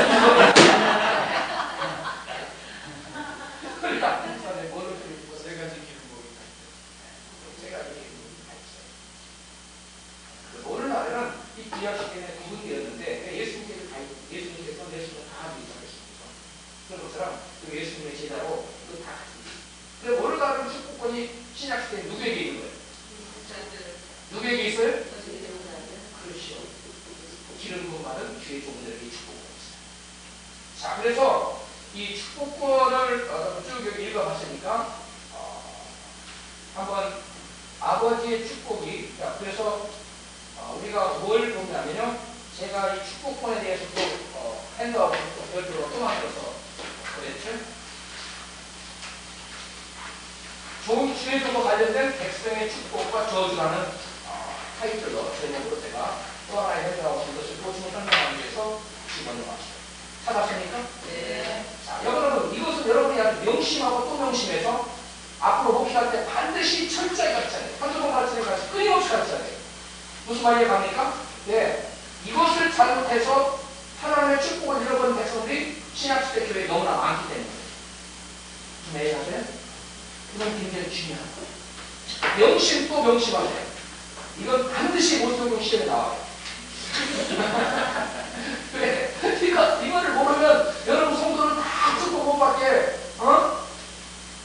만들 수 있기 때문에 그래서 반드시 줄줄 끼우고 있어야 돼요. 아멘. 자, 그래서 그 핸드업을 먼저 하고 또 우리가 지도를 나갈 거예요. 자, 폈어요? 네. 자, 그러면 기름 부음 받은 주의 종의 사명이 뭐냐? 축복하는 것의 사명이 하나님이 저와 여러분을 당신의 사랑하는 자녀를 복주는 통로로 삼았다. 뭐로 삼았어요? 하나님의 축복의 통로로 삼았다. 그래서 주의 종은 하나님의 축복의 통로예요. 축복의 통로예요. 구약시대에 주의 종이라고 말하는 제사장, 선지자, 왕이 기름 부음 받고 그들이 축복하는 것을 하나님 그대로 보고 내렸기 때문에 그건 다 그림자예요. 그건 다 그림자인데 누구를 통해서 복 주실 것을 나타내는 그림자예요. 예수 그리스도를 통해 복 주실 것을 나타내는 그림자인데 그 예수 그리스도께서 복 주신 것이 우리가 누구를 통해 나타나요? 그의 당신의 종을 통해서. 핸드폰 좀 바꾸세요. 그래서 시간에 핸드폰 때문에 왔다가 다시 와서 바꿔버려요.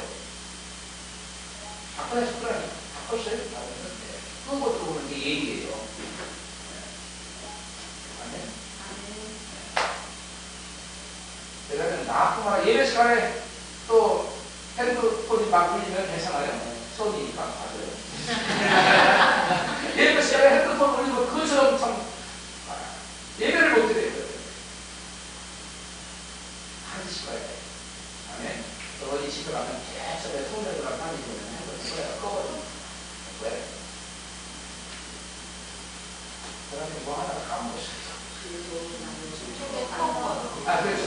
예수 그리스도를 통해서 복 주실 것을 하나님께 예고로 구약의 선지자, 제사장 많이 축복된 것은 다 그림자예요. 그것에 대한 원래 최후적인 그림자는 뭐예요? 예수 그리스도를 통해서 복 주게 나타나요. 아멘. 그런데 예수를 통해서 어떻게 예수님이 복 주게 나타나고 내더라 복 받으라 그래? 안 그래요. 어떻게 해요? 주의 종을 줘야 돼요. 그리고 예수님을 대신하는 자들이에요. 예수님을 대신해서 아론의 자손들이 복을 이루었어요. 그래서 민수기 6장 23절 7절입니다. 굉장히 중요한 거예요. 이 말씀을 여러분 다 외우세요. 안 외우시면 100번 하세요. 100번 쓰고 읽은 안 외우신 사람 보세요. 제가 깜짝이에요. 100번 하면 외워져요. 하나씩 시작. 여호와께서 모세에게 이르시되 아론과 그 아들들에게 보아여 이르기를 너희는 이스라엘 자손을 위하여 이렇게 축복하여 이르되 누구에게 얘기하라고 했어요? 아론과 그 아들들. 저희가 읽으세요. 아론과 그 아들들은 그 당시에 뭐였어요? 뭐였어요? 그래서 여기서 모세에게 여호와께서 말씀해 모세는 누구를 가리키는 인물일까요? 예수를. 예수를 예수님께 하나님께서 예수님에게 예수님을 대신해서 누가 축복을 들으라? 제사장들이 축복. 오늘날 말하면 기름과 귀인들이 축복을 들으라. 어떻게 축복하라? 축복의 내용까지 알고 있어요. 다 같이 시작. 여호와는 내게 복을 주시고 너를 지키시기를 원하며 여호와는 그 얼굴을 내게 비추사 너의 보시기를 원하며 여호와는 그 얼굴을 내게로 향하여서 평강 주시기를 원하더라. 이렇게 원하노라. 이렇게 복을 빌더라. 그렇게 복을 빌면 그들은 이같이 내 이름으로 이스라엘 자손에게 축복하지니 내가 그들에게 복을 주리. 누구의 이름으로 복을 빌어요? 누구의 이름으로? 이 당시에는 여호와의 이름으로 복을 드렸어요. 오늘 나는 누구 이름으로 복을 드려야 돼요? 예수 이름으로 복을 드려요. 아멘. 그리고 우리가 예수 이름으로 복을 빌면 그 복이 하나님께서 그들에게 그들의 축복한 내용들을 복을 주겠다. 이게 무서운 얘기입니다. 자, 그래서 성경의 신뢰를 보면 기름 부음 받은 종이 그 종이 뭐 말씀대로 탈까 안 살고 그 상관없어요. 그게 참 놀라운 일입니다. 하나님의 약속은 늘 무서워요. 우리가 생각할 때는 그 사람 그의 주의 종이 죄를 짓고 뭐 하나님 떠나 있으면 그 말씀 안 하게 해야 될 것 같은데 그것이 그대로 의문입니다. 무서운 일입니다. 그래서 다 같이 읽어봐요.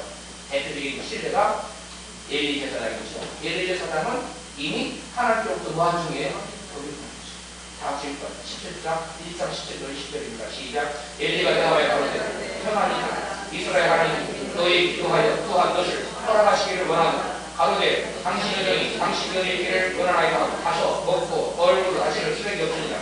그들이 아침에 일찍 일어나 여호와 앞에 경배하고 돌아가서 아마의 산에 이르느니라. 엘가나가 그의 아내 한나와 동침하며 여호와께서 그를 생각하신지라. 그래 나하나는 누구예요? 이들 이스라엘 영도자다. 그럼 이게 이상하잖아요. 이게 타락한 종이 축복의 싸움을 하는데 이스라엘 영도자가 나와버렸어요. 근데 하나님의 약속은 철저하다. 반드시 주의 종이 입을 열어 축복한다. 그것이 임한다. 할렐루야. 저를 보세요. 그 주의 종이 축복을 했어요. 근데 받는 사람이 아멘도 안 하고 그런 분이 되게 임하겠어요. 그러면 이것을 까지는 거예요. 불신은 그 어떠한 것도 불신은 예수님이 직접 나타나도 소용이 있어요, 없어요?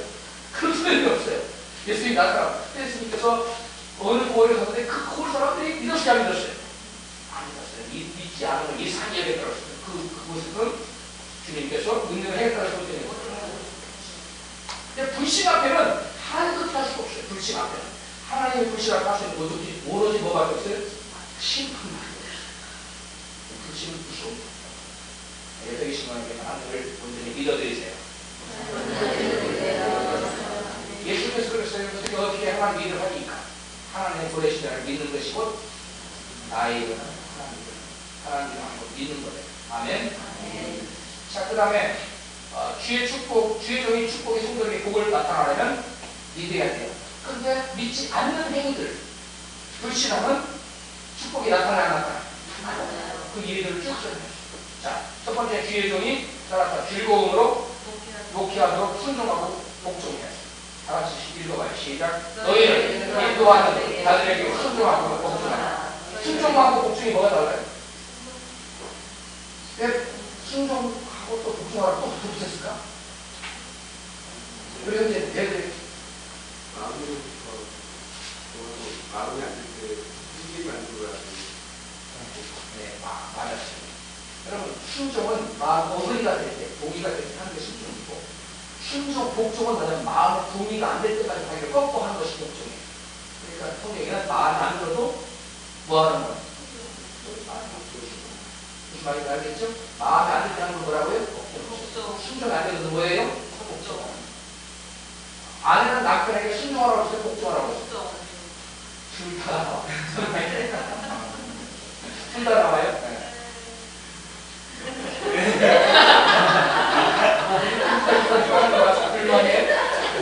저한테 뭐라고 좀 화가 나요.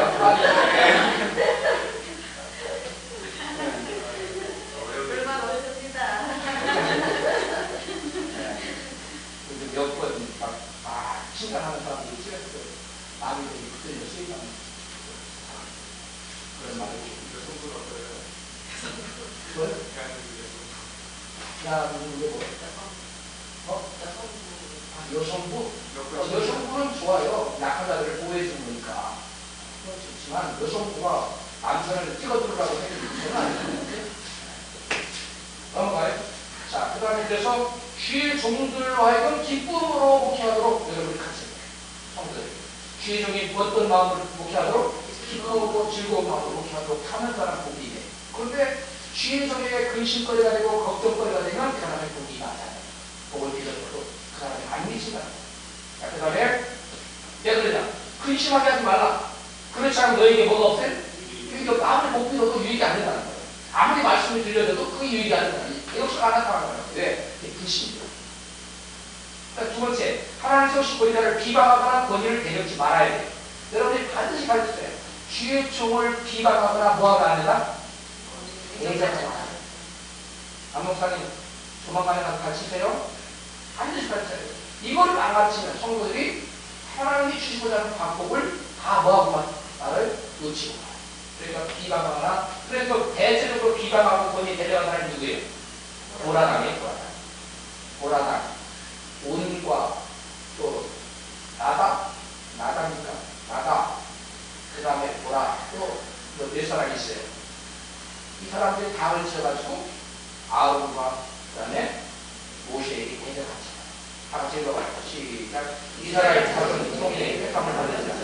회중에 유명한 것은 250인도 함께 일어나서 모세를 거스립니다. 그들이 모여서 모세와 아론을 거스려 그들에게 이르되 너희가 그들에 지나도다. 회중이 다 각각 거룩하고 여호와께 그들 중에 계심을 너희가 어찌하여 여호와의 총에 의해 스스로 높이느냐 하면서 권위에 부족합니다. 때문에 강을 지어서 무리를 지어서 권위에 부족해요. 그래서 하나님이 그들을 가만둡니까? 아니죠. 그 법자와 하나님이 심판하나요? 다 같이 시작. 만일 여호와께서 세일의 땅으로 이루어져 이 사람들과 그들의 모든 소속을 삼켜 산채와 웅뒤에 빠지게 하시면 이 사람들이 과연 여호와를 멸시한 것인 줄을 너희가 아니냐. 이 모든 말을 마치는 동시에 그들이 이때 땅이 갈라집니다. 땅이 그 입을 열어 그들과 그 가족과 도라에 속한 모든 사람과 그 물건을 삼키며 그들과 그 모든 소속이 산채로 웅뒤에 빠지며 땅이 그 위에 합하니 그들이 청해 중에서 망하니라. 이게 무엇에 대한 그림입니까? 땅이 갈라져 무엇에 대한 그림이에요? 권위에 대적하는 하나님의 심판을 어디를 떨어뜨리나? 무서운 그림자예요. 그러니까 여러분, 앞으로 목회할 때 여러분 가장 정리해야 될 것은 사람들이 당짓게 하는 것을 막아야 돼요. 뭘 하는 걸 막아야 돼? 당짓는 거. 그 다음에 두 번째 뭐 하는 걸 막아야 돼? 주의 종의 권위에 대적하는 걸 막아야 돼. 그걸 허용하면 그런 그 사람이 멸망합니다. 하나님이 주름하게 심판합니다. 그럼 여러분들 그것을 꼭 가르치세요. 그 다음에 그것뿐만 아니라 그건 가장 무서운 거고, 두 번째는 비방. 주의 종을 판단하고 비방하는 거. 다 같이 민수기 12장 1절로 3절을 읽어요. 시작. 모세가 구스 여자가 어떤 여자예요? 네? 모래나루가 크죠. 구스인이 그 피부를 튀게 할 수 있으면 색깔을 변수할 수 있으면 까만 얼굴을 하얗게 만들 수 있어요? 구스인 흑인을 받았죠. 그 구스 여자를 취할 손으로 미리암과 아론이 모세를 비방하니라. 그들이 이르되 여호와께서 여호와만 말씀하시느냐 우리와도 말씀하지 아니하시느냐 하매 여호와께서 이 말을 들으셨더라. 여러분 흑인 여자하면 이뻐요 안 이뻐요? 안 이뻐요? 대부분 사람들이 현지들 여자들 안 이뻐서 하는데 저는 그 기도원에서 흑인 그 아버지가 목사예요. 그리고 사모님하고 성도를 이렇게 하는 기도원에 기도를 와서 자녀를 들고 왔는데 제가 세상에서 그렇게 입고 있는데 처음 흑인인데 와, 이 저기 아가씨에 보면 그 나오잖아요. 예? 근데 정말 그 피부가 그 생김새도 그렇고 그래서 내가 물어봤어요. 어디 나라에서 왔냐? 그랬더니 이디오피아에서 왔대요. 그런데 그 남편 그 목사님도 잘생겼고요.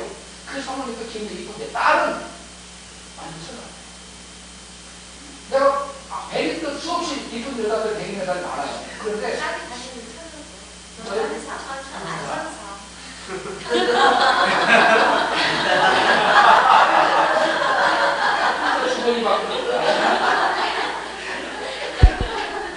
이게 지금 이때 거 지금 녹음이 안 되겠네. 이걸 안 틀고 했네.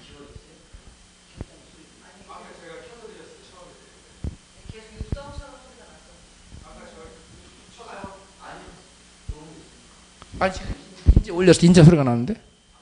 그래도 들어가요? 아 그래요? 오케이. 아니 어떤지 이 마이크 소리가 작다 했어요. 그랬더니 내가 이상하다 내려가서 올려 순간 소리가 나네. 예. 듣는 분들이 조금 애를 먹겠네요. 들어갔어요? 소리가? 예, 넘어가요. 예, 차오지간 그 이디오피아의 그 자매가 그 학생인데 한 중학생 정도 해 보여요. 그런데 내가 나이를 물어보니까 15살이라고 그래요. 15살. 15 years old 그러는데 정말 이뻤어요. 그러니까 모세가 이 구수인을 취했다는 나는 이해가 안 갔거든. 옛날에 왜 못생긴 흑인 여자를 취했을까 그랬는데 내가 그 이디오피아의 그 한 가족을 보고 모세가 취할 만했구나. 그래서 이거 여담인데 뭐 이런 건 이 정도도 괜찮아. 시험에 안 나오니까요. 이런 시험하고는 상관없어. 그다음에 미리암과 아론이 모세를 비방하니라. 그들이 이르되 여호와께서 모세와 말씀하셨느냐? 이건 했지요. 그러니까 하나님께서 미리암의 그 소리를 뭐 했어요? 들으셨어요. 그리고 미리암 뭐에 만들었어요? 문둥병 만들었어요. 문둥병 들게 했어요. 그 다음에 그래서 여러분 쥐의 종을 판단하거나 비방하면 안 돼요. 여러분들이 가르치세요. 성도들에게 쥐의 종이 마음에 안 들고 정말 도대체 난 비방을 안 하고는 못 살겠다. 그러면 그 교회를 조용히 뭐 해야 돼요? 떠나는 게 그 사람이 복된 거예요. 그리고 자기가 섬길 수 있는 사람한테 막 비방하고 다니면서 자기 온갖 저주를 쌓는 건 불행한 거예요. 여러분 그것을 꼭 가르치세요. 그 다음에 세 번째, 선지자의 허물을 보는 자들. 허물을 보기만 하고 덮으면 돼야 안 돼요? 덮으면 되지요. 그런데 허물을 보고서 뭐 하면 안 돼요? 막 까발리고 막 흉보고 다니고 온 동네에 하고 다니면 하나님께 기뻐하세요? 기뻐하세요? 안 하세요? 안 하세요. 그건 기뻐하지 않는 거예요. 다 아버지 허물을 말하고 다니는 하면 그 자손이 대대로 저주를 받는다. 다 같이 읽어봐요. 시작. 노아가 농업을 시작하여 포도나무를 심었더니 포도주를 마시고 취하여 그 장막 안에서 벌거벗은지라. 가나안의 아비 함이 그 아비의 하체를 보고 밖으로 나가서 두 형제에게 동그라미 고하매. 하체를 봤으면 가만히 있을 것이지. 왜 가서 막 입을 열고. 이게 성경은 너무나 간단하게 되어 있지만 자세한 내용은 아버지에 대해서 온갖 나쁜 얘기를 했다는 얘기. 이게. 자, 그 다음에 셈과 야벳은 함과 대조되는 행동을 보이죠. 셈과 야벳이 다 같이 읽어요. 시작. 셈과 야벳이 옷을 취하여 자기들의 어깨에 메고 뒷걸음쳐 들어가서 아베의 하체에 덮었으며 그들의 얼굴이 돌이키고 그 아베의 하체를 보지 아니하더라. 허물을, 하체를 봤다는 건 아버지 치부를 봤다는 얘기인데 아버지의 뭘 본 거예요? 허물을 본 거예요. 허물을. 근데 이들은 봤어요? 안 봤어요? 고의적으로 안 봤어요. 눈을 보면 얼마든지 볼 수 있어요. 근데 눈을 감았어. 성경은 눈을 감았지 않고 도리어 어떻게 했어요? 뒤에는 눈이 없으니까 뒤로 가서 살며시 덮었다는 거예요. 아버지가 벗고 있다는 거 들어서 알아요. 보려면 얼마든지 볼 수 있어요. 그래서 예수께서 여기다 써서 예수께서 무슨 말씀?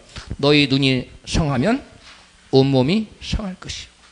눈이 나쁘면 온몸이 어두울 것이니. 그랬어. 여기서 온 몸이라는 그 운명을 말하는 거예요. 저와 여러분의 운명이 축복된 운명이 되고 싶습니까? 저주스러운 운명이 되고 싶습니까? 축복된 운명 되고 싶죠? 그렇다면 뭘 바꿔야 돼요? 보는 눈을 바꿔야 돼요. 함의 눈을 가져야 돼요? 셈과 야벳 눈을 가져야 돼요? 그렇죠. 셈과 야벳과 같은 눈을 가져야 돼요. 할렐루야. 예. 이 눈이 얼마나 중요한지 몰라요. 함의 눈은 뭐예요? 아버지의 치부를 봤잖아요. 그 보는데 그치지 않고 가서 막 온 동네 방에 떠들고 다녔어요? 안 떠들고? 막 떠들고 다녔어. 나팔을 불었어. 아버지의 수치를 알리는 나팔 효과를 했어요. 함이. 그러나 셈은 아버지가 실수했다는 거, 아버지가 잘못했다는 거 알아요. 알았지만 보려면 얼마든지 뭐예요? 가서 현명이라고 가서 들여다볼 수도 있어요. 그러나 그렇게 하지 않고 어떻게 했어요? 뒷걸음질 갔어요. 뭐 한다는 거예요? 치부를 향해서 눈을 감았다는 거예요. 아멘. 네. 이게 좋은 눈이에요. 따라 합시다. 좋은 눈은 복되고 나쁜 눈은 뭐예요? 복이 안 되는 거예요. 저주가 임하는 거예요. 그러니까 예수께서 그래서 이 말씀 여기다 써놓으세요. 예수님의 말씀을 써놓으세요. 눈이 성하면 뭐가요? 온몸이 성할 것이. 눈이 나쁘면 온몸이 어두울 것이니. 운명을 얘기하는 거예요. 온몸이라는 것은. 이 이 두 눈 자체가 이 거대한 몸 전체를 다 좌우해 버린다는 거예요. 우리 인간의 운명은 어떻게 보느냐, 무엇을 보느냐에 따라서 달라진다는 거예요. 좋은 눈 가지세요. 할렐루야. 예. 여러분 똑같은 눈을 가졌는데 군인들이 군대에 가면 수통을 차고 행군을 해요. 물 반 남았어요. 뭐라고 얘기해야 돼요? 나쁜 눈을 가진 사람은 아이고 반이나 먹어버렸네. 예. 좋은 눈을 가진 사람은 여전히 나에게 반이라는 물이 있어 라고 생각. 좋은 눈, 똑같은 걸 보는데 어떤 사람은 긍정적으로 보고 어떤 사람은 부정적으로 봐요. 좋은 눈 가지고 좋게 보시길 바랍니다.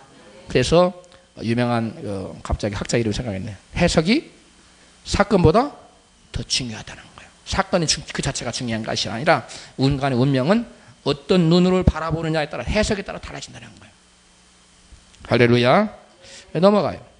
넘어가면 우리가 오늘 수업 시간이 언제까지입니까? 11시 반까지? 그럼 35분까지만 하고 마칠게요. 노아가 술이 깨어 그 자기 아버지 자기 항을 노아가 깼어요. 25절 같은 시작. 이에 가로되 가나안은 저주를 받아 그 형제의 종들이 종이 되기를 원하노라.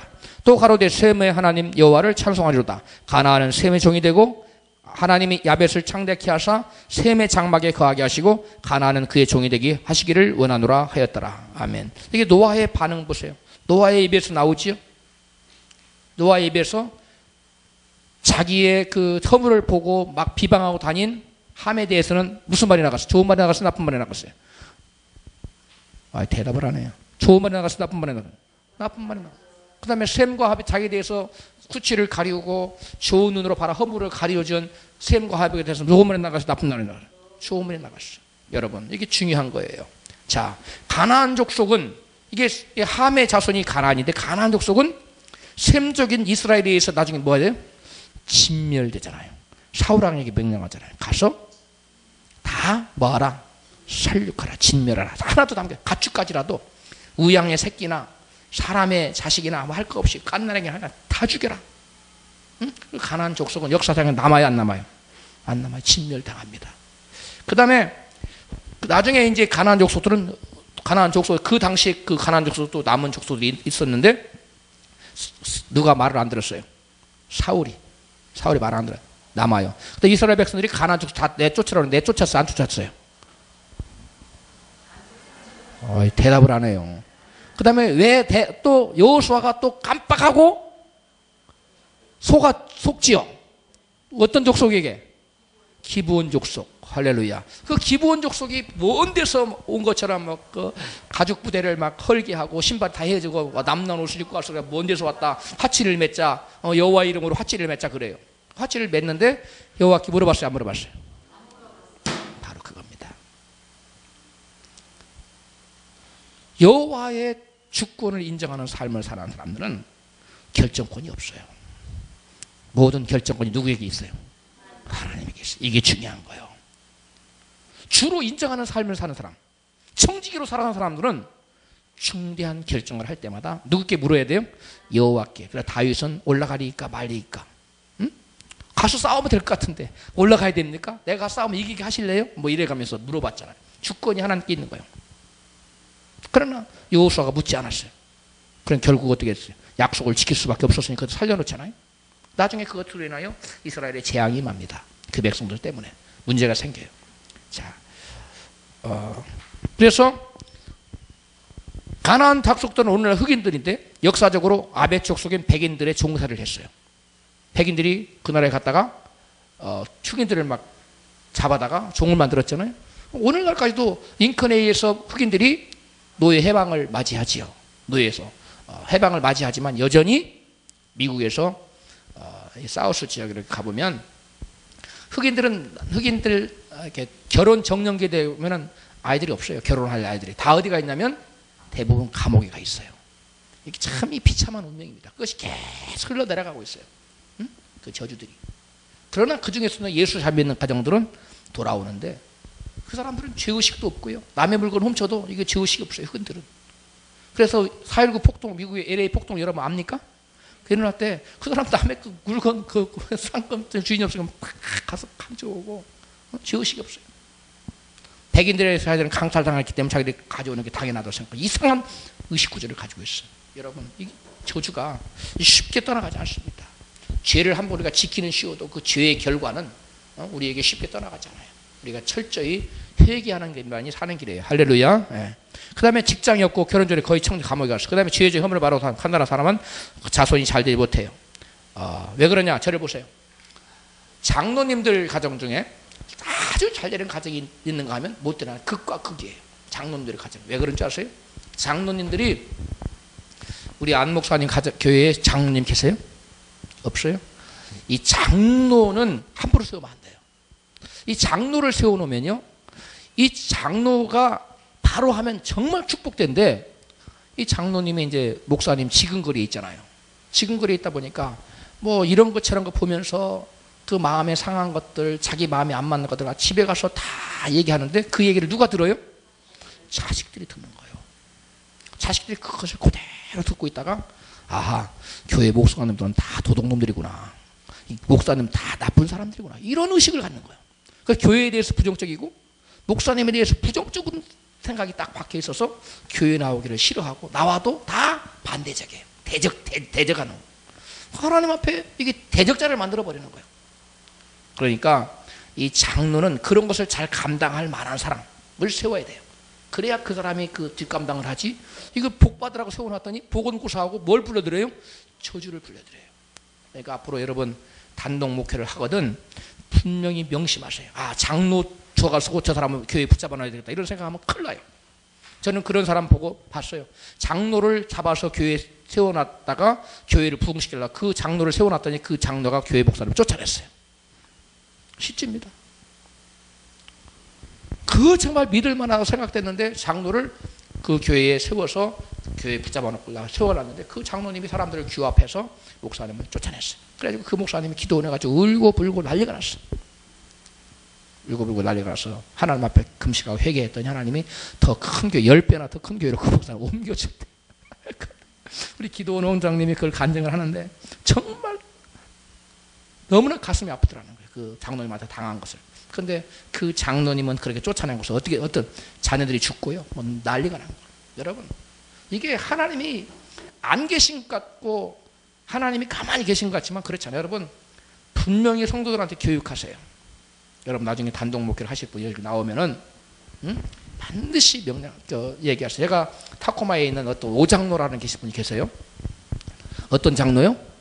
오장로. 이름은 몰라요. 오장. 타코마에서 유명한 사람입니다. 그 사람 미국 타코마 워싱턴주에. 근데 그 오장로님은 새로운 목사님이 오면 보통 6개월에서 1년 만에 쫓아내요.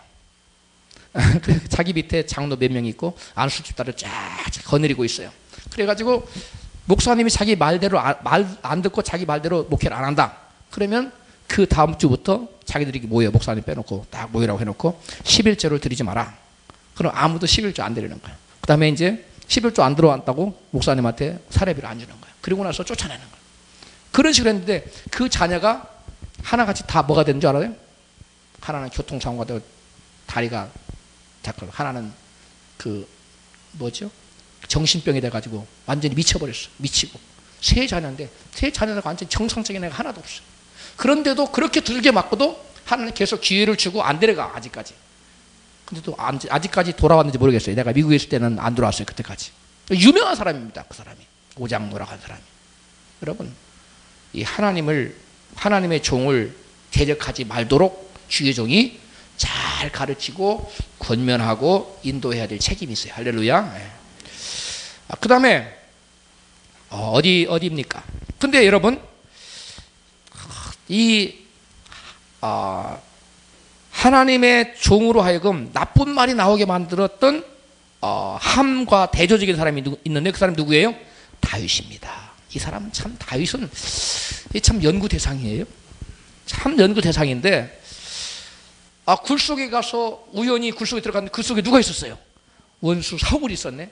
종들이 그 신하들이 당장 하나님이 기회를 줬습니다. 당장 단칼에 뭐 2번도 필요 없고 한 번에 목을 챙강 잘라버립시다. 그랬어요. 그러니까 그랬어요. 기름 부음 받은 자를 어떻게 치느냐. 하나님이 금하신 것이다. 그리고 나갔어요. 그리고 살며시 표적으로 뭘만 배웠어요? 옷자락만 배웠어요. 나중에 이제 소리치잖아요. 왕이시여 왜 벼룩을 쫓듯이 개를 쫓듯이 나를 쫓습니까 하면서 얘기하면서 사울이 그때 웁니다. 사울이 감동.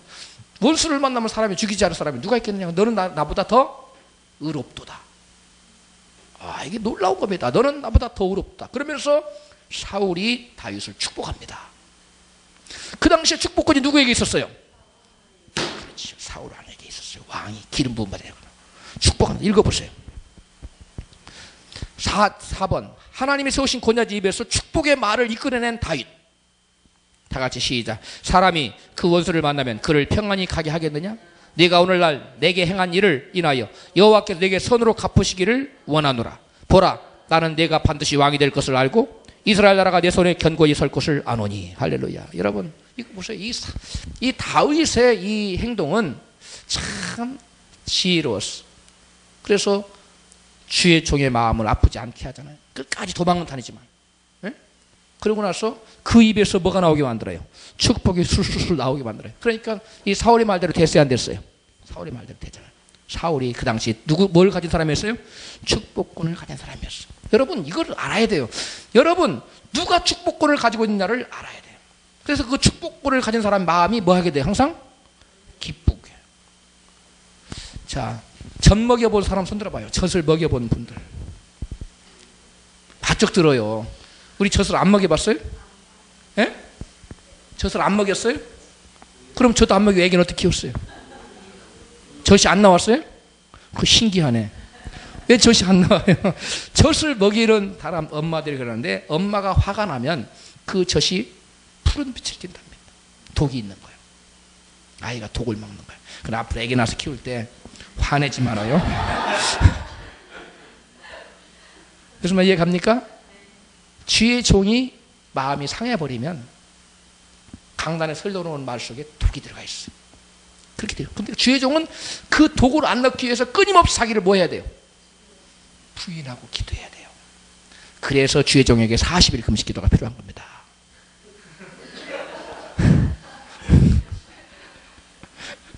무슨 말인지 아세요? 그거 자기를 안 죽이면요 막 입에서 나갑니다. 저주의 말이 막 나갑니다.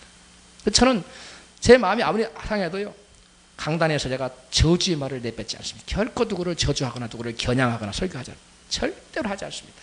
제가 초창기에는 했지요. 아마 여러분도 목회 맡겨놓으면 초창기에는 남 치느라고 정신없을 거예요. 그 마음에 안 들면 갖다 곧장 치는 거예요. 말씀 들고 나갔어요. 그러면 안 돼요. 하나님이 아주 싫어하는 거예요. 따라합시다. 내 마음에 아무리 안 맞아도 뱃속 깊숙이 집어넣고 하나님께서 주신 말씀만 선포하라. 감정을 따라 설교하지 말라는 거예요. 아멘. 그렇게 설교하자는 망해요. 교회 문 닫아야 돼요. 그런 식으로 하면 다 나가게 돼 있어요. 교회를. 아주 또 명심하세요. 안 목사님 명심하세요. 5년 하셨다고 그랬죠? 6년. 뭐 5년이나 6년이나 도토리 캐적이지. 그래도 제법 하셨는데 명심하세요. 절대로 푸른 빛의 젖을 짜서 주면 안 돼요. 항상 하나님께 깊게 기도해서 하나님 주신 말씀 받아서 항상 영양가가 있고 푸른 빛을 다 제거한 좋은 음식만 제공해야 돼요. 할렐루야. 그래야 그 양떼들이 푸르푸르 자라납니다. 병들지 않고. 할렐루야. 그게 뭐냐면 사랑이에요. 따라합시다. 성도들에게 주의 종은 반드시 사랑이라는 뭘 넣어야 돼요? 영양소를 넣어가지고 설교해야 돼요. 아멘. 여러분 세상에 밥을 엄마가 안 지어준 밥을 계속 내식을 한 사람 얼마 있다가 병들어 죽는답니다. 왜 그런지 아세요? 엄마가 지은 밥 속에는 뭐가 들어가 있어요? 사랑이 들어있어요. 그 반찬 속에도. 근데 세상에서 맨날 사면 그 밥 거기에 사랑이 있어요, 없어요? 그건 사랑이 없어요. 매식하면 죽어요. 병들어 죽어요. 가능한 한 매식은 하지 마세요. 매식 대신에 그래서 우리 사모님 밥을 해드리세요. 아멘. 해드려요, 사드려요. 손수 해줘요. 박수 한번 쳐요. 어떤 사모님은 자기도 바쁘다고 밥을 안 해줘요. 우리 집사람은 꼬박꼬박 밥을 해줘요. 얼마나 감사한지 몰라요. 응? 같이 했어요. 오늘 점심 메뉴가 맛있는 것 같은데. 예, 감자탕. 뭐 고기가 얼마나 막 큰지. 예, 어제 제가 보고 감동 먹었는데. 저는 못 먹어요. 예, 좌우지간 넘어가요. 오늘 주의 종의 축복에 대한 성경적 토의가 있는데 집에 가서 여러분 자녀들과 남편과 하시기 바랍니다. 시간이 지났으므로. 예. 어떻게? 주의 종을 빌려내는 곳이잖아요. 예, 그렇죠. 제 마음이 좀 걸려서 예, 이게 백성들한테는 성도들한테는 정말 가르쳐야 되는 내용이잖아요. 예, 근데 아까 엘리 얘기하실 때 예, 이 사람이 자기 부패상에 대해서 전혀 의식을 못 하잖아요. 예, 자기가 축복한 것들이 되어지고 있고 예. 나의 결실들이 있으니까 예, 저희가 이런 것들을 가르치고 정말 그들에게 복을 끼치는 건 좋은데 예, 사역자로서 자기가 사역이 되고 있는 것 때문에 자기가 얼마나 부패하고 하나님께 버림받을 수 있는 예. 그게 가장 중요한 거지요. 주의 종들은 그래서 하나님 앞에 서 있어야 돼요. 나시린이잖아요. 주의 종들은 나시린이기 때문에 그건 사실 말할 필요조차가 없는 거예요. 가장 근본. 자기부터 살아야 되는데 오늘날 너무나 많은 주의 종들이 그 자기가 하나님과 올바로 관계를 맺은 사람이 얼마나 되느냐, 이게 참 무서운 얘기예요. 무서운 얘기예요. 하나님이 다음 주에 설교에 제가 그 얘기를 언급할 거예요. 그래서 다음 주 설교를 들어보세요.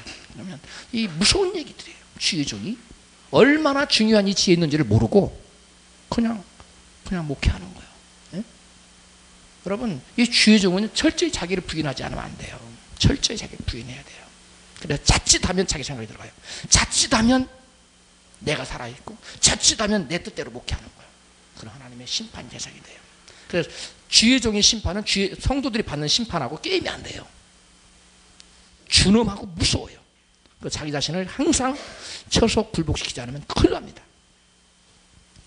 아주 중요한 자리에 있어. 그래서 너희 중에 많은 사람들이 뭐가 되지 않으려고 선생이 되려고 하지 말아라. 야고보서하고 이 경계한 게 더 심판이 무섭고 준엄하기 때문에 그래요. 더 먼저 살펴야 돼요. 그러면서 나아가서 성도들로 하여금 또 성도들에게도 어떻게 하면 복이 임하고 어떻게 하면 복이 오지 않고 온 복을 차버리는 결과를 가져오는지 가르쳐야 될 사명도 뭐예요? 우리에게 있어요. 그런데 많은 사람들이 안 가르쳐요. 응? 가르쳐야 돼요. 반드시 가르쳐요. 왜? 복과 관련이 있기 때문에 그래요. 구원과 관련이 있기 때문에 그래요. 아멘. 네. 자, 여기까지 하고 이 나머지 부분들은 그냥 여러분 읽어보고 꼭 읽어봐요. 다음 시간에 다른 거를 할 테니까 제가 이걸 다 하기가 너무 이 내용이 많아요. 자, 주여 한번 하고 우리 1분간만 기도하고 마치도록 합니다.